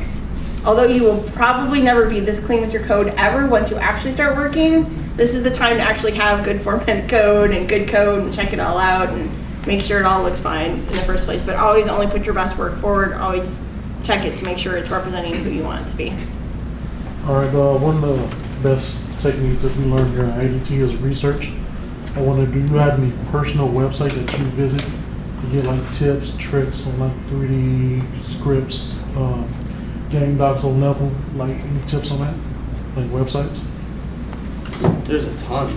I mean, all the blogs that you mentioned, all the websites for recruiting, like LinkedIn.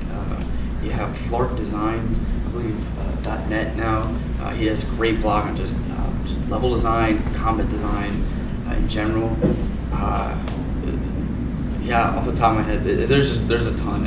GameDevMap.com. That's a great spot to look at just the location of where you're looking to possibly get a job. And it's an A to Z list of just every company you can imagine in that area. I think a lot of it depends on what you're going for. So like artists might check out DeviantArt. Right. If you're trying to get into the social game space, because that's really big right now, you might start reading, Inside Social Games. If you're just looking for general industry news, you might be reading Gamma Sutra. So I think it really kind of depends on what you're looking for. If it's researching to get a job or whatever, then you're going to be looking at LinkedIn and company websites, or Game Career Guide, I think it's .com. So it really depends on what you're going for, and everybody tailors it. Usually what my recommendation is for my proteges is figure out, so if you're a designer, then figure out which designer you admire, and then go see if they have a blog or a website that goes over their philosophies. So Brenda Garno blogs often about different concepts, and then she blogs for indie social games, and she does a lot of stuff. Brock Costner has a blog. So, everybody check out and see who has a blog, or follow them on Twitter and see which websites they're linking to. So then find the artists you admire and see which websites they're linking to, because then you can know, this is what some of the top artists are looking at, so I need to stay informed in those places too. That's usually my recommendation, because like he said, there's just too many. Yeah. There's too many. One thing I would add, this goes like a step beyond research, is I would strongly recommend becoming attached to an online community, like TigSource, obviously, if you're going for something indie, or possibly a different website, but get involved in a forum where there are a lot of people working on the kind of work you're interested in, and share what you're doing and get feedback. It's a really, really handy way to kind of get free criticism and have sort of free access to advice for how to improve your craft while you're still working on stuff. And if you come across an interesting article, I tend to save them now a lot of times. I will just copy them to Word and then put it in a folder, a little design Bible, so that I can go to. I don't have to sift through it. If a blog goes down, I have it now, and I can read it. And it might sound silly, but 2 years from now, you're going to probably reread it in a totally different perspective. It's going to make a lot more ideas pop out, and you're going to get a lot more from it too. So I'm a recent graduate, and of course I just learned some new tips and tools that I just reiterated, so it's pretty good to know. But before that, actually I can say probably like 3 weeks prior, I went into IGDA website, and I found pretty useful that I went to Chicago chapter, and they gave the list of all indie companies. So when I went down the list, I just figured out almost indie companies, except for a few that are pretty much established. They're all blog about their projects, and Craig, this is more to you. They all post about their projects and how they need help, or blog, stuff. And they don't have a career section, but they do have a contact section. So my thing is, being a recent graduate, I'm like, well, you know what, I kind of sort of how do you make a relationship with, for example, you? How was I to make a relationship? Not just to benefit me in the job, but just to keep me in touch with you. And how would I go about it if you transfer me back and say, because you must have, just like me, you probably must have another 1,000 people who want to know. Well, so how do I make me stand out and you actually answer my emails and everything? I mean, there are a few ways to go about it. A really effective way is Twitter. Follow the people you're interested in getting sort of better acquainted with on Twitter. Respond to their tweets. Tweet at them if you think there's something you want to say, or if like you have a question That's for them. intelligent. I'm just adding that on there, so. Proofread and doesn't smell. Okay, I got it. Yeah, I don't know how many of you read about the guy who tweeted obscenities at Sandra Fluke. Don't be that guy, right? You want to like have an intelligent discourse, right? Be like, hey, have you seen this article? What do you think about it? You know, stuff like that. Just start a conversation, right? The sort of thing we've been talking about with networking, just like that, but you know, over the internet. And don't expect them to always respond to you, but every once in a while they'll try. So like I'll occasionally just tweet stuff at Jane and go, and she's like, yeah, I really love that video, or yeah, that's spot on. But other times she's just really busy and she's just not gonna get to it. And some people actually like Jane and stuff will actually have periods where, especially when they're going on flights or whatever, they know they're gonna have Wi-Fi, they'll actually black out and they'll go, okay, for the next 3 hours, I will answer as many questions as I can that come into me. Well, there's your chance. You just had some top developer go, here's your chance to ask me any question you want. Do it. Come up with some really interesting questions that gets them thinking, or ask them what they think about an article, or ask them what their favorite game was, or my favorite is what was your favorite like toy as a kid or whatever. And you'd be amazed some of the responses you get, because they get all like childhood gushy, and they're like, oh my god, it was my talent, I had thrown in. Yeah, so. And like I mentioned before, if they're local, don't be afraid to take them out for coffee or something like that. A couple students have done that with me, and it builds a great relationship. Because you're like, okay, this guy's pretty cool, and then before you know it, oh, when we were talking about that over coffee, I had another idea and I want to run by you. And you build this tiny relationship. It's not going to happen overnight, but it's just the little things you build up. And even do it non-local. So like if a bunch of you are going to go to GC, then try and go out there like a couple days before, stay a couple days after, and find some devs out there that you really like, and go meet with them for lunches or dinners. Because trust me, GC, you're almost never going to get their time. I have, that's why I do a breakfast, because all the lunches and dinners are booked up. I'm not even going to try and fight with them. Or you're going off to visit your relatives out in New York, New Jersey, or whatever. Well, then go find them that. Or check to see if when you're traveling somewhere or whatever, check to see if there's an IGDA chapter out there and are they having a meeting. I just did a big road trip and I actually spoke at a couple chapter meetings and then attended 4 other chapter meetings. And so I instantly got to meet a whole bunch of other people that I never would have met before. Because I took the time out of my trip to go, oh, you know what, I'm going to go try and do some networking here or try and do some networking there. And I hate networking. I'm really an introvert, so the fact that I'm up here is just, it's weird, but I like to talk, so I guess it works. But I put myself out there and I did call them. I'm like, hey, I'm coming to your area. Aaron, you want to meet for coffee? Aaron's like, okay, well, we're about to ship here or whatever, but there's a coffee shop just down the street from Zynga, so can we meet there? Sure. And then I got this person to go to lunch with, and I got this person to go to dinner with, and then I stayed at this person's house for a couple days so that it didn't cost me so much to do the trip. And so I got instant bonding time with people. So you can even do it non-locally, you just have to work it all out ahead of time.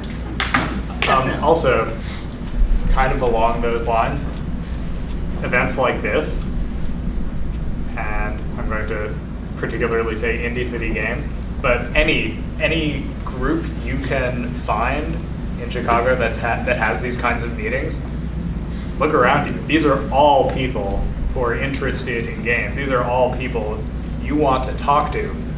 A lot of people leave these events early because they're like, well, it's late. I feel like we've gotten everything we're going to get out of the talk. Time to head home. Don't do that. Don't do that, because once the talk is over, that's when you have your opportunity to talk to people. That's when you can network.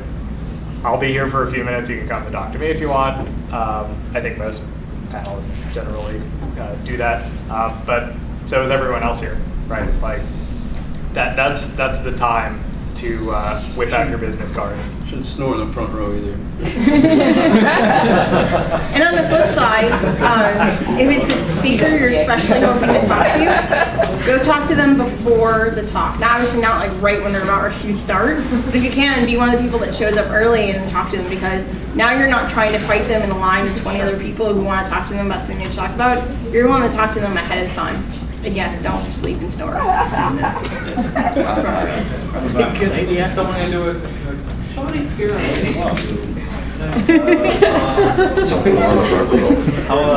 How helpful are the GDC parties that come with the higher passes versus just buying floor pass? There's not a ton of GDC parties that will require GDC pass to get into.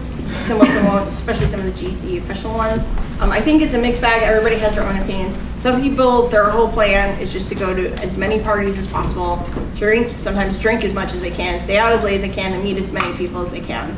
Other people would prefer to just have business dinners or whatever and then go back, and then we're all trying to do work because we took this week off, even though we didn't really take this week off because our project's still shipping, so we gotta get out the door. So we go back and we work. Some do a mix. So like what I usually like to try and do is I like to try and go to one dinner with a select group of people where I can actually go to a place where I can hear them and I can talk and have a good, genuine conversation. So that's the strong ties. There's this whole strong ties, weak ties thing. So that's the strong ties where I'm building the strong ties and I'm getting to go, okay, well, so when's the wife due with the baby? Or when are you planning on getting married? And how's your project doing? And a lot of times that's the stuff where you can vaguely find out stuff that's under NDA without actually finding stuff that's under NDA because it's just you and your friends.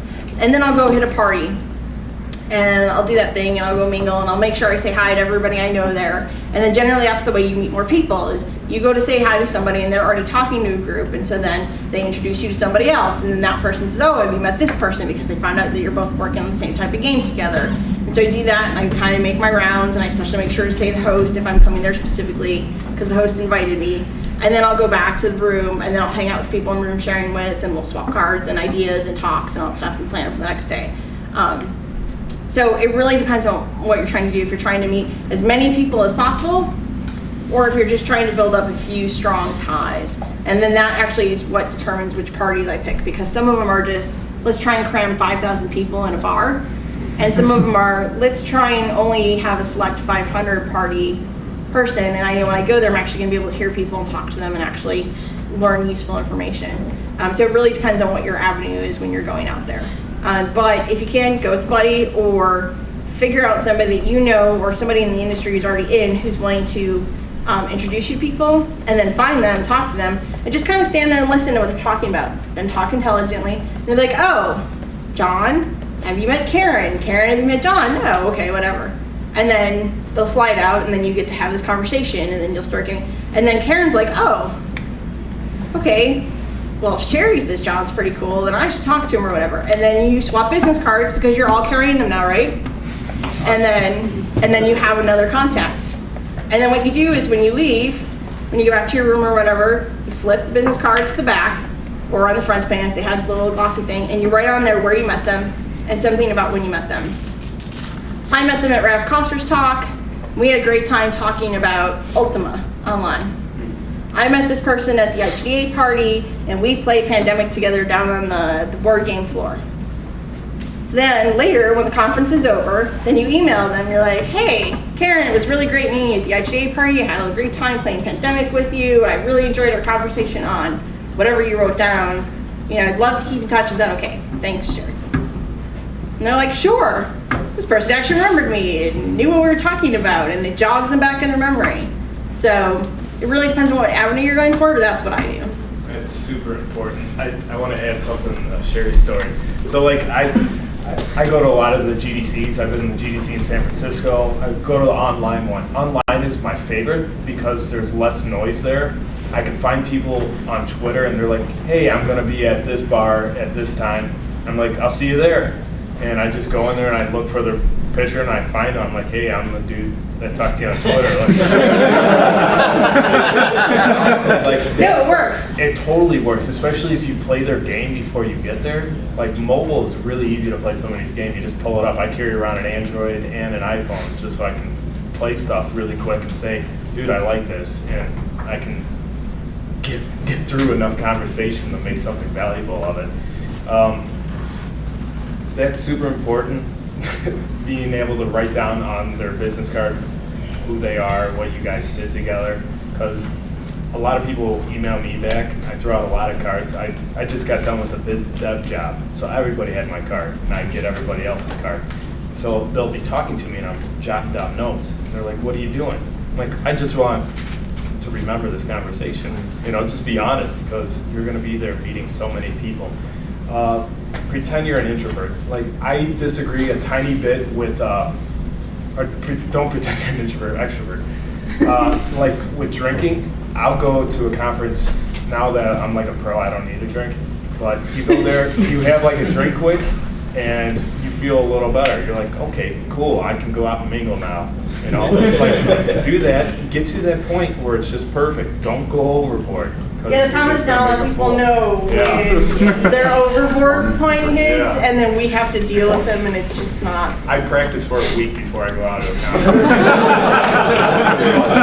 This year at GDC, it was 8 a.m., so it's 10 a.m. Central Time until about 4 a.m. every night. And then I went right to South by Southwest, and it was the same story again. This is back to back. So you condition your body to go out and party and network and remember all these people's faces, notebook, jot down notes, whatever you can. Drink lots of water. Drink lots of water. Hand vitamins. sanitizer. Yeah, emergency. Yeah. Hand sanitizer is really nice. People want to be around clean people. You dress clean, you look like a rock star, because that's what everybody in this industry pretty much is.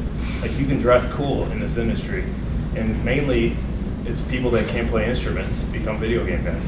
Well, and it's not, the hand sanitizer is not just that you're clean, it's also because, like, you live at GDC where there's people coming from all over the world, and we call it the GDC plague or the GDC bug or whatever. And I would say 25 to 50% at least of the conference attendees come back and they're out for a week sick. And everybody has their tips on what they do. Like, they're pounding vitamin C and calcium like the week before. They're chugging emergency every day. They're carrying around a full bottle of hand sanitizer in their backpack, whatever it is. But that's what a lot of times you use hand sanitizer for, is because you're literally shaking hands with everybody all day long. And then all it takes is like just a couple times to wipe your face or whatever without thinking, and now you've just got the entire world's germs all over you.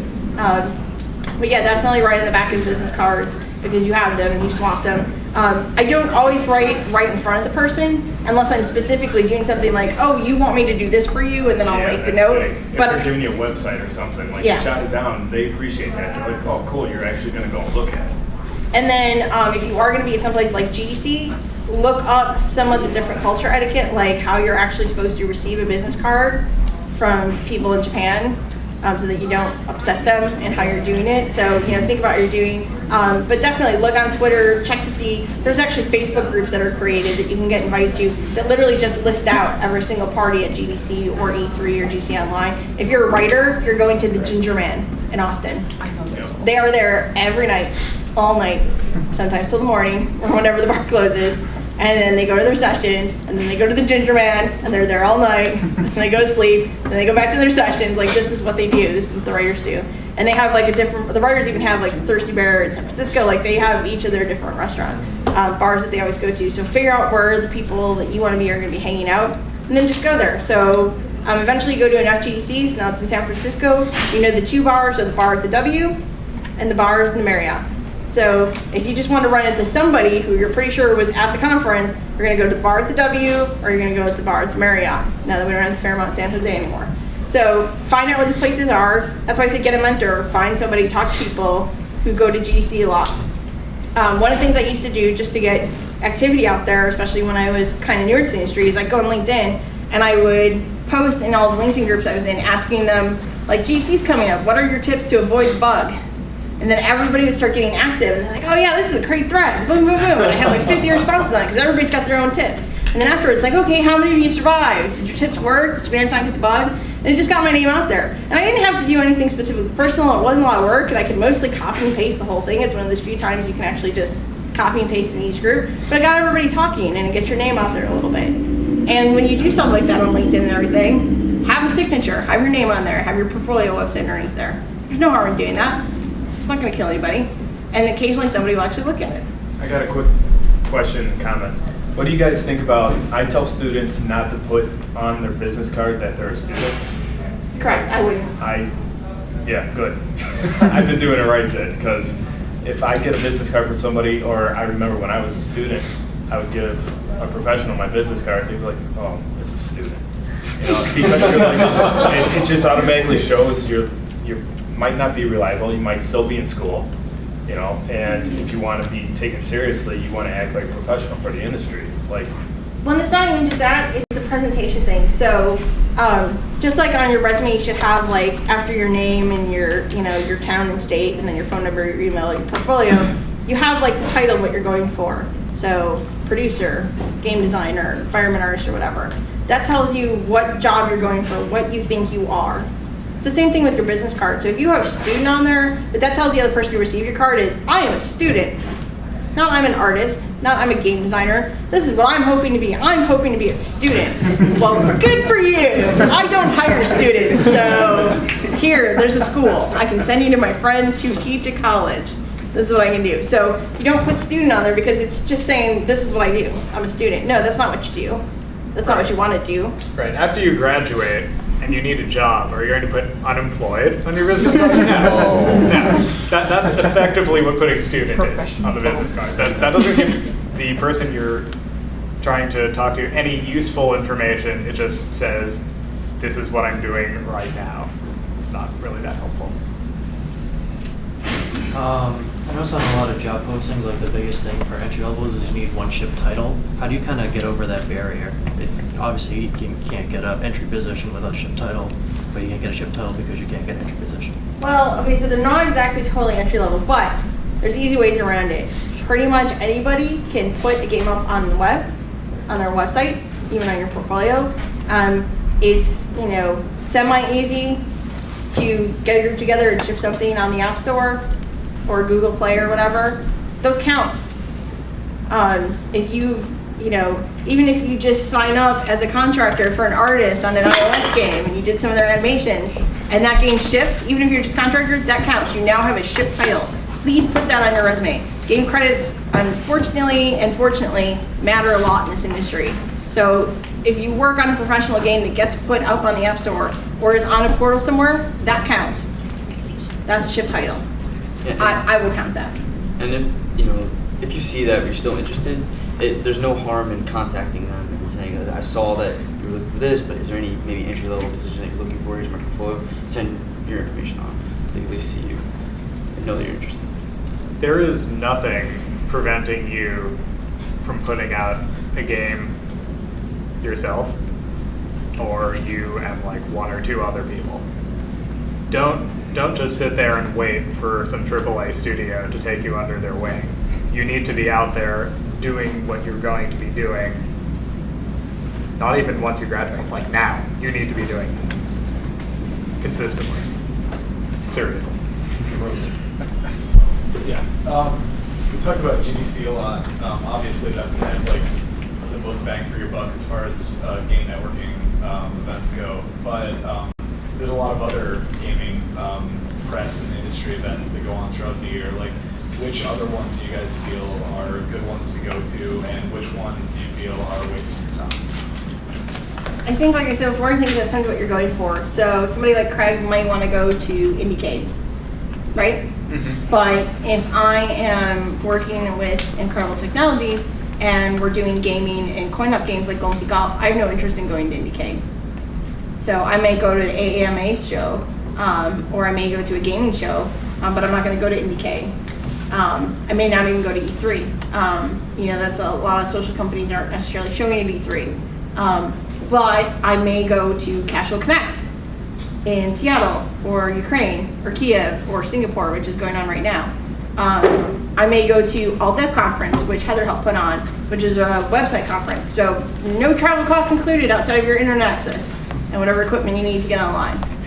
So I think a lot of it really, like GDC is the general mecca. There are some people I know that show up to GDC, never get the pass because they're just in meetings all week because they know everybody else is going to be there. And they just go to network. So GDC is kind of a mecca. A lot of people just make that their ritual. They go every year. My friend Gordon Wallen has been there all 25 years since it started, like Chris Crawford's living room. But that's just what it is. You go to GDC. But from there, if you can't afford GDC or that's not really your thing, then you just figure out what you want to do. Are you an indie? So do you need to go to a lot of the IGF type contests and to a lot of those showcases? Are you into small casual games and social games? So you need to go to Casual Connect Seattle. So you figure out what it is that you're interested in and the type of people you want to be around, and then you go to that. There's actual biz dev conferences. I mean, like there's conferences for just about anybody that you want to go to, and so just figure out what it is and then focus on that, and then just do your research and go, talk to people, look at people on Twitter, figure out who's going to what. LinkedIn has events. Not every event is popular on LinkedIn, but look at an event and see who's actually replied that they're going to that event on LinkedIn, and see if the people that you admire are going to that kind of event. See who's speaking there. That's a good way to tell the caliber of the event right there as well. I have to quickly, PAX Dev out in Seattle. Reed Productions also runs C2E2 here in Chicago, and if you volunteer for C2E2, you're shortlisted as a paid volunteer for PAX Dev. And the advantage of being a volunteer is a lot of the people at Reed Production conferences remember the volunteers. And like as a senior volunteer for C2E2, and when I have a code name, and whenever I go to like events and stuff, a lot of developers go, "You look kind of familiar, where do I know you?" I was like, "Well, did you go to C2E2 PAX or another Reed Productions event?" I'm the one that can clear the floor in 15 minutes. So I go, "Oh yeah, you're really active for this," and they'll start talking to you for that. So I have to plug it, and PAX Dev is a lot cheaper than GDC, but it's smaller. Well, and just the same, become a conference associate for GDC if you can. There are people that are conference associates for GDC that have been in the industry 20 years, that have 20 ship titles, but they love being a volunteer and they love networking, and they have a fabulous community. They will all support each other on the side. They have mailing groups and Facebook groups and all kinds of stuff. And it's a great way to instantly get access to people. You get to work a room, so you get to be the person that makes sure Will Wright's room is taken care of, and that his computer is connected properly to the PowerPoint, and that he gets his 5-minute notice on stuff. When else are you normally going to get a chance to work one-on-one with Will Wright or Ralph Coster or John Romero or whatever? So that's a very hard thing to get into. They have a ton of people who've already been conference associates, but they do have a significant percentage that they look to bring on as new associates. So gets you free access to GDC. It's fantastic. You have to work a few hours. So what? You have to work a few hours. They're really good at trying to get you access to sessions that you want to see. So like if you have to work a session, then at least maybe you'll get to work the session you wanted to attend anyways. So definitely check out the conference associates. Tim and Ian that run that are fantastic. Fantastic. And there are a lot of people that have been CAs or have been scholars that are now, really high up in various positions in the industry. And you would just never suspect it, but they love doing that every single year. So that gets you at least some of your, cost covered or whatever, is doing that kind of stuff. Or an enforcer for PAX. I'm not sure going to support PAX, but there's like 15. Yeah. There's one guy there that's 15 years at Microsoft that I sat next to and borrowed his computer and didn't realize that until I opened a file that I shouldn't have opened. Anybody else? I know we mentioned before about environmental artists gearing their art towards like a specific company. Should a concept artist go about doing that, or should they be more so a jack of all trades, or should they, gear towards a specific genre or company? Well, I guess it depends on what you're applying for. Like if you're applying for contract work, definitely gear your portfolio toward the kind of project you're going to be contracted to do. Like, when I was looking for artists to contract for Telepath Tactics, right? It was way easier to tell who I wanted if they already had art of that style that they could show me. In a couple of cases, I asked people to, just straight up make a sample piece that I could look at in the style I was trying to make the game in. I only did that for a couple people, though. Most people, if I didn't see anything that looked even remotely appropriate, I just sort of said, I'm just going to pass because I don't think this person does art in the style that I want. So obviously, anytime you're applying for a position where you know they have a certain style or certain needs, you want to tailor what you show them to those needs. I don't know if that's true just hiring environmental artists generally at like a big company where they could be on any number of other projects. Well, yeah, I mean, like I said earlier, it's just if you're interested in first-person shooters and you're concepting environments for that, then that's what you should be going to. Just follow what you enjoy, and that will help you. If you're a jack of all trades, maybe it's hard to say. Like you could eventually get something, but I think there's two things too. One is, does jack of all trades mean I'm a jack of all trades at doing concept art for various different genres and settings, or I'm a jack of all trades in that I can model and I can do environments and I can do lighting and I can do rigging and I can do animating. In which case you need to pick something most likely and go for it. But definitely like try and show not just one style in your portfolio if you're an artist, or one type of game if you're a designer, but then make sure, like you said, you try and tailor at least one piece that you're presenting to them, or you have at least on your website one piece that will definitely fit towards whatever style company they make. One thing that I will say, this is not a hard and fast rule, and I hope I'm not going to destroy anybody's day here, but a lot of times it's very hard to get an entry-level environment artist job. A lot of times you will have to go in and you will have to start as an object or a character artist or something else, and then you'll work your way up to environments, because environments are so important and take a lot of work and have a lot of details and have a lot of issues. So I'm just warning you right now, outside of like a lot of smaller studios, if you're going for a lot of the bigger studios, you're probably gonna have to work your way up to being promoted into environment art. You're probably gonna have to start at something else, similar to environment art, like characters or objects, or textures or whatever. But I'm just telling you that right now, because there's no point in having people just lead you on thinking, everything's gonna be great, I'm gonna get the job of my dreams. No. It's just like designers, you're probably not gonna get a chance to design the whole game. You might get a chance to design a quest, or you might get a chance to design one system or one level and then work your way up. You're not gonna get to be creative director your first time out, unless you're going to start your own indie studio, and then you can do whatever the hell you want. But going into, say, an EA or another, a WB NetherRealm or something like that, you're probably not going to get to go right up. I mean, you can tell me I'm wrong, but generally there's a system. You'll make some trash cans, like here. No, I'm just kidding. But you'll make a couple different things, and small, like she said, and then you'll move your way up once you've proven you can do that. And bottom line, if you take it as professional and you have a great portfolio, you will get a look. And then you'll get a test, and then they'll want you to do the test in their style. Then that's when you will be focusing anyway. So. I have a question, basically focused on what Nick just said about the art, because doing character art, I was actually wondering, when doing your portfolio, I know it's better to have quality more than quantity. Yes. So how would that establish if I did apply for, say, like an indie or an established company? Like, if I did cater to the art style that they wanted, but would it also help to say I can also do this with this kind of art pieces? It depends. It depends on what you're applying for. I mean, if you're, again, if it's a contract job and it's for a particular game, focused is better, right? Like,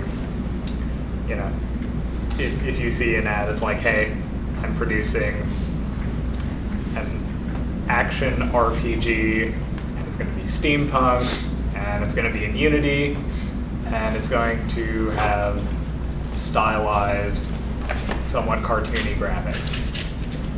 If you can produce a really quality piece that shows that you get that and you can do it and execute it well, that's going to be way more helpful than having a ton of stuff that has nothing at all to do with what they're looking for.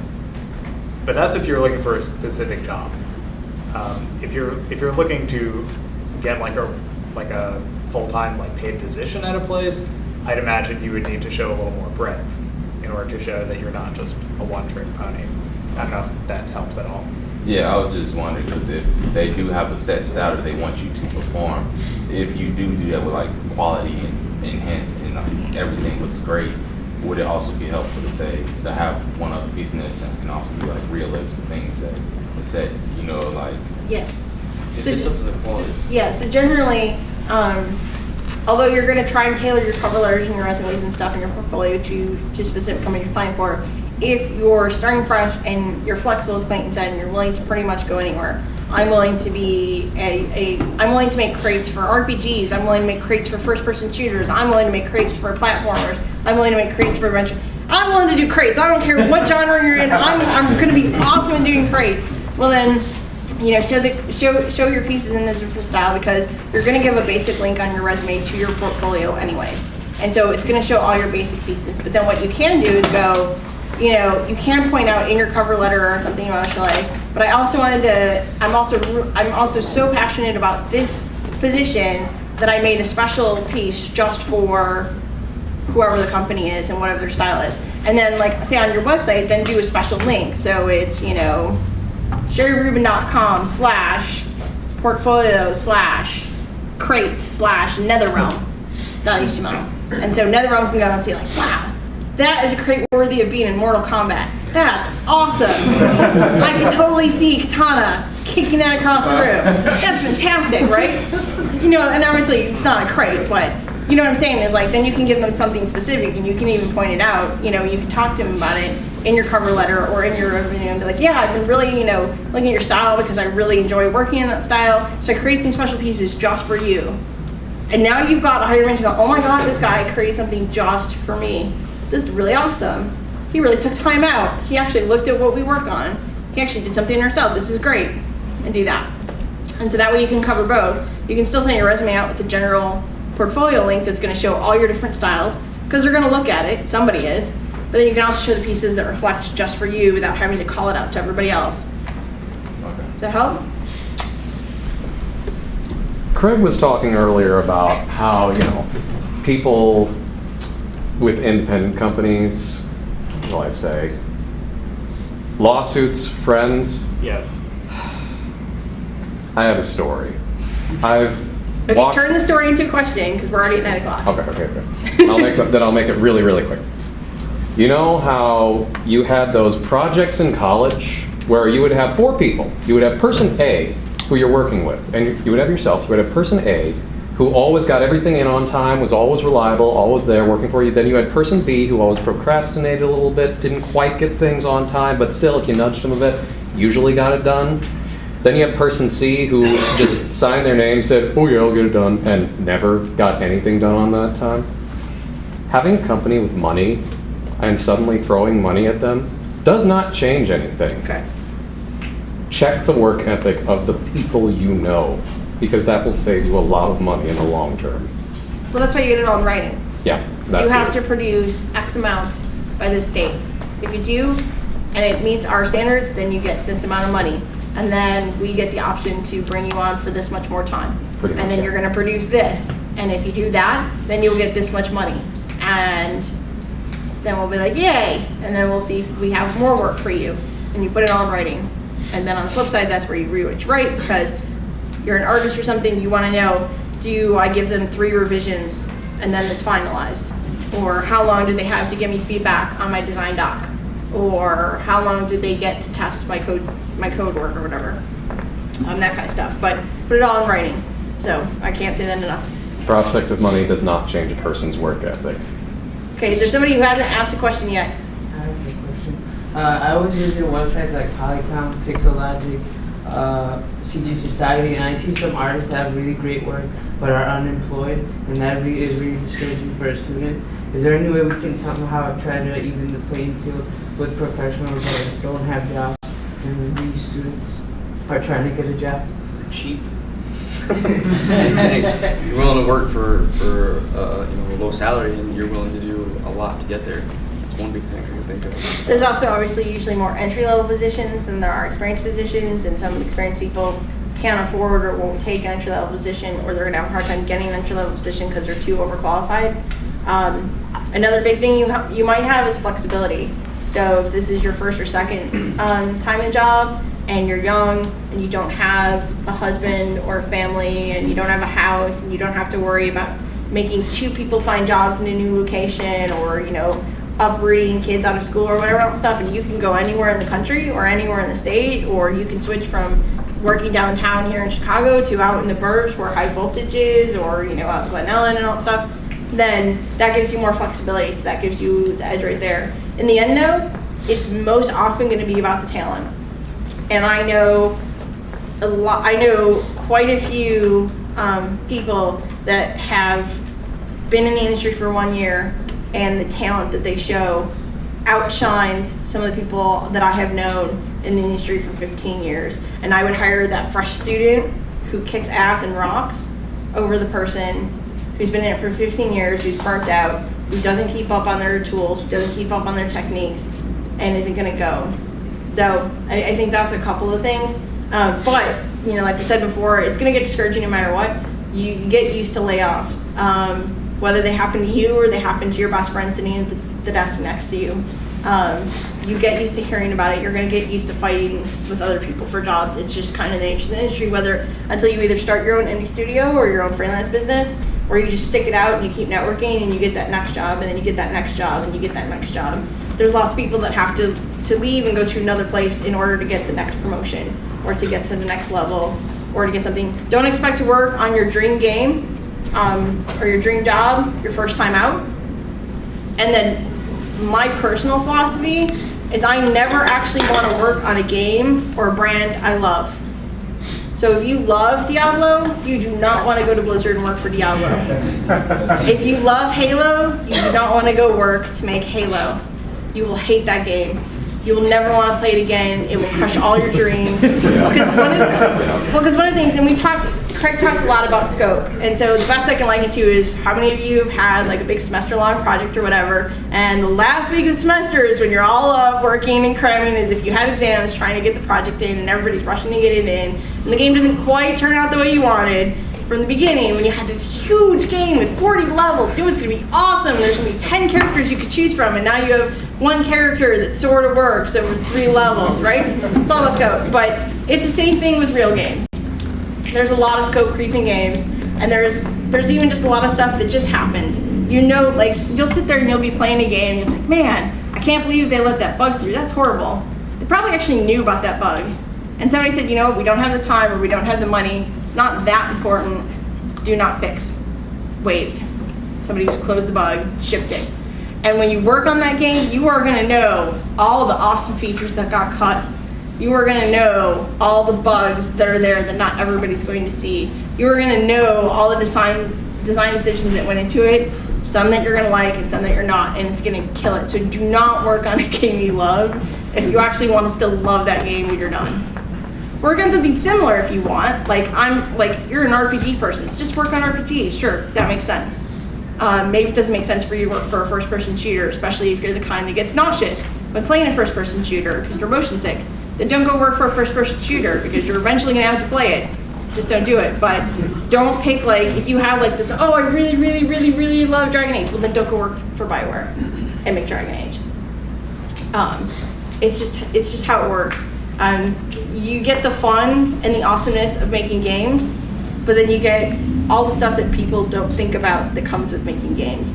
I'm amazed, there's a lot of people, when we talk on our list and stuff about what made you get into games or made you decide you want to be in games, and you hear a lot of these people who are in their 20s and 30s and suddenly went, wait a minute, somebody actually had to make this game. It didn't just appear like a toy or a car. It's like somebody actually made this game. How do I do that? How do I get involved? And then when you get it, you're like, yes, I get to make games, but you get to make games. It's not all fun and games. People think testers just play games all day. We do not play games all day. Oh my God. They do not play games all day.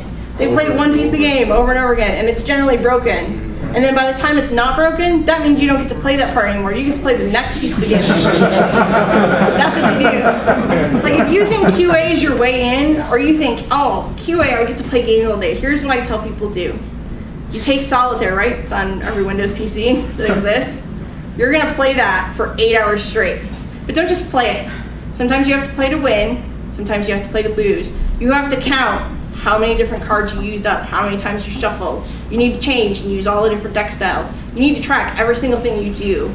You need to go, okay, well, when you won the game, did the cards start doing the animation to the left? Or did they start doing the animation to the right? Did it clear the whole screen? Did it not clear the whole screen? How many times did it clear the whole screen out of all the times that it showed up? Do that for 8 hours and then go, I have to do that again tomorrow, and the day after that, and the day after that, and this is Solitaire. That's what testing is. Or you could go indie. Yeah.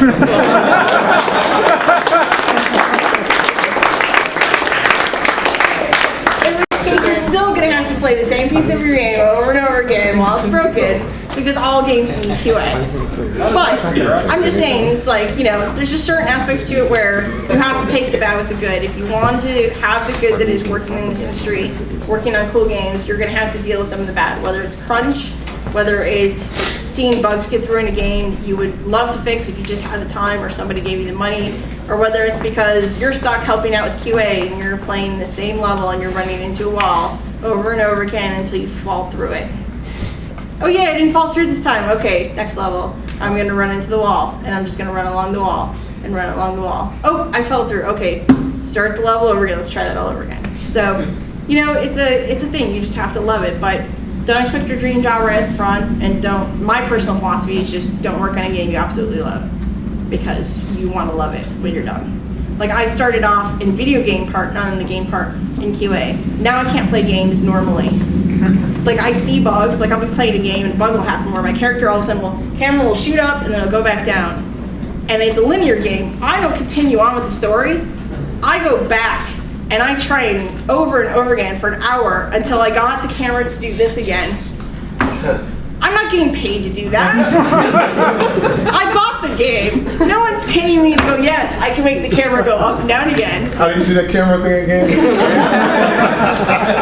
This is what I did. I spent an hour trying to make that happen multiple times so that I could then pull anybody else in the room and go, look, and I made it happen over and over again. They're like, what are you doing? I'm like, but there's a bug.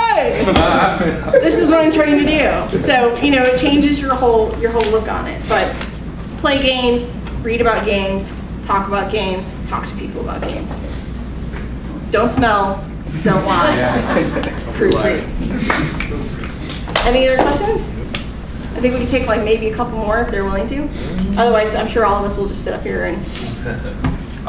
Basically, if you're making your own games and you're not necessarily even selling them, you just want to make them a game experience. Yeah, that's great. What is your personal philosophies about whether or not to call them shipped titles? Did you put them up on a website where other people in the public can play them? Pretty much. Pretty much? Well, I'm not necessarily just talking from personal experience. I'm in the middle of developing a game. Okay, if you put it up on a website where other people can buy it or play it publicly, I would call that shipped. If it's a full and complete game. I was wondering how the terminology. Are you talking about a website like Congregate or Newgrounds? Even your own website.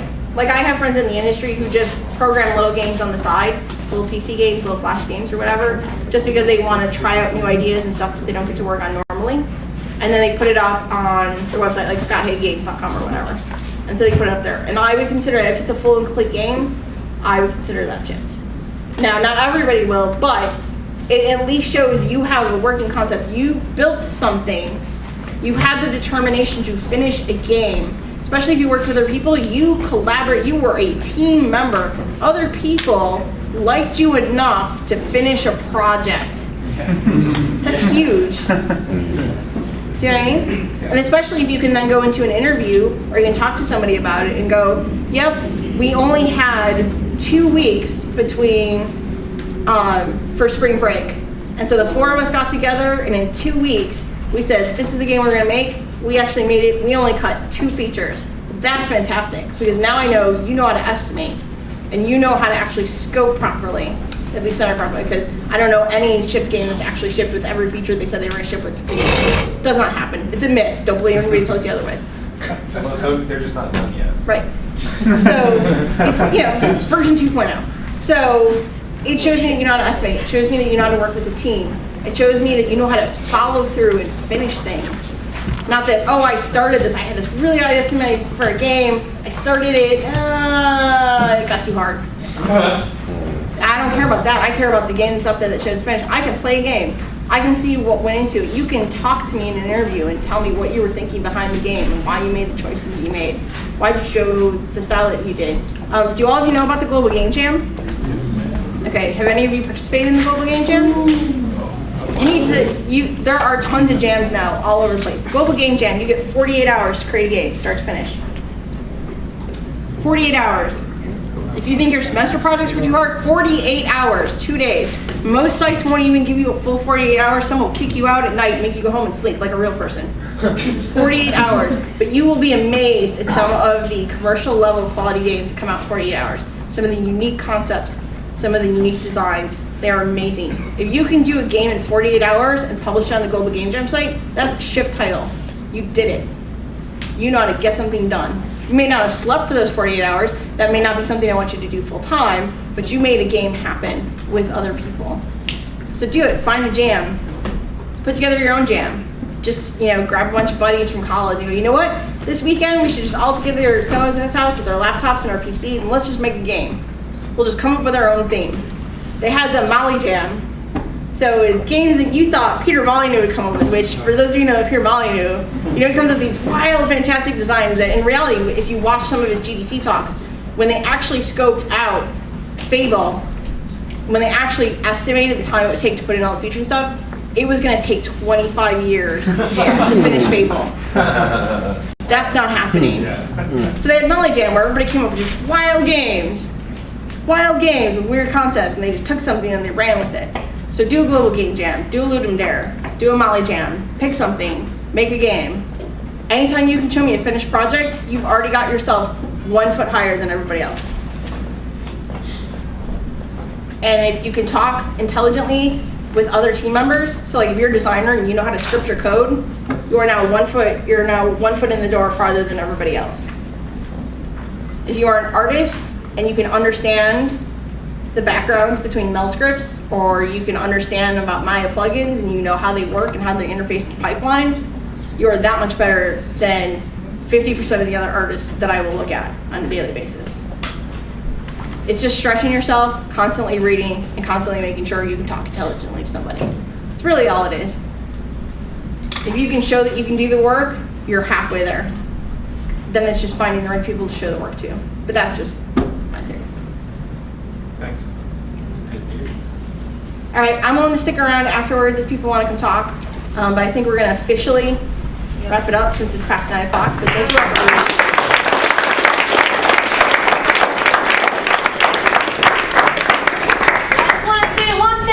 Most of you here are probably students, right? Yes. On the IGDA site, IGDA.org, there are scholarships. Most of them are kind of done for this year, for the most part, I think. Unless you want to go to like Japan, yeah, unless you want to go to Japan.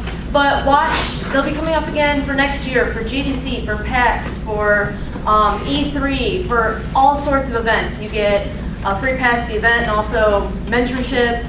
Like the Oprah treatment, basically, you get taken to studios. Definitely something to keep an eye on, okay? If you're a student, you're good to go with those. It's IGDA.org/scholarships. Yep. I'm actually still mentoring one of my scholars from GDC of 2006.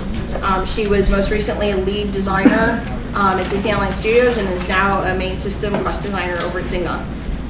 So some of us will actually continue mentoring you from the time we start until whenever you want to be done mentoring. So check it out. Check out Game Mentor online. It's an easy way to find somebody that's willing to guide you through the industry. So, but thank you. Thanks for coming, everybody. Hi. Also,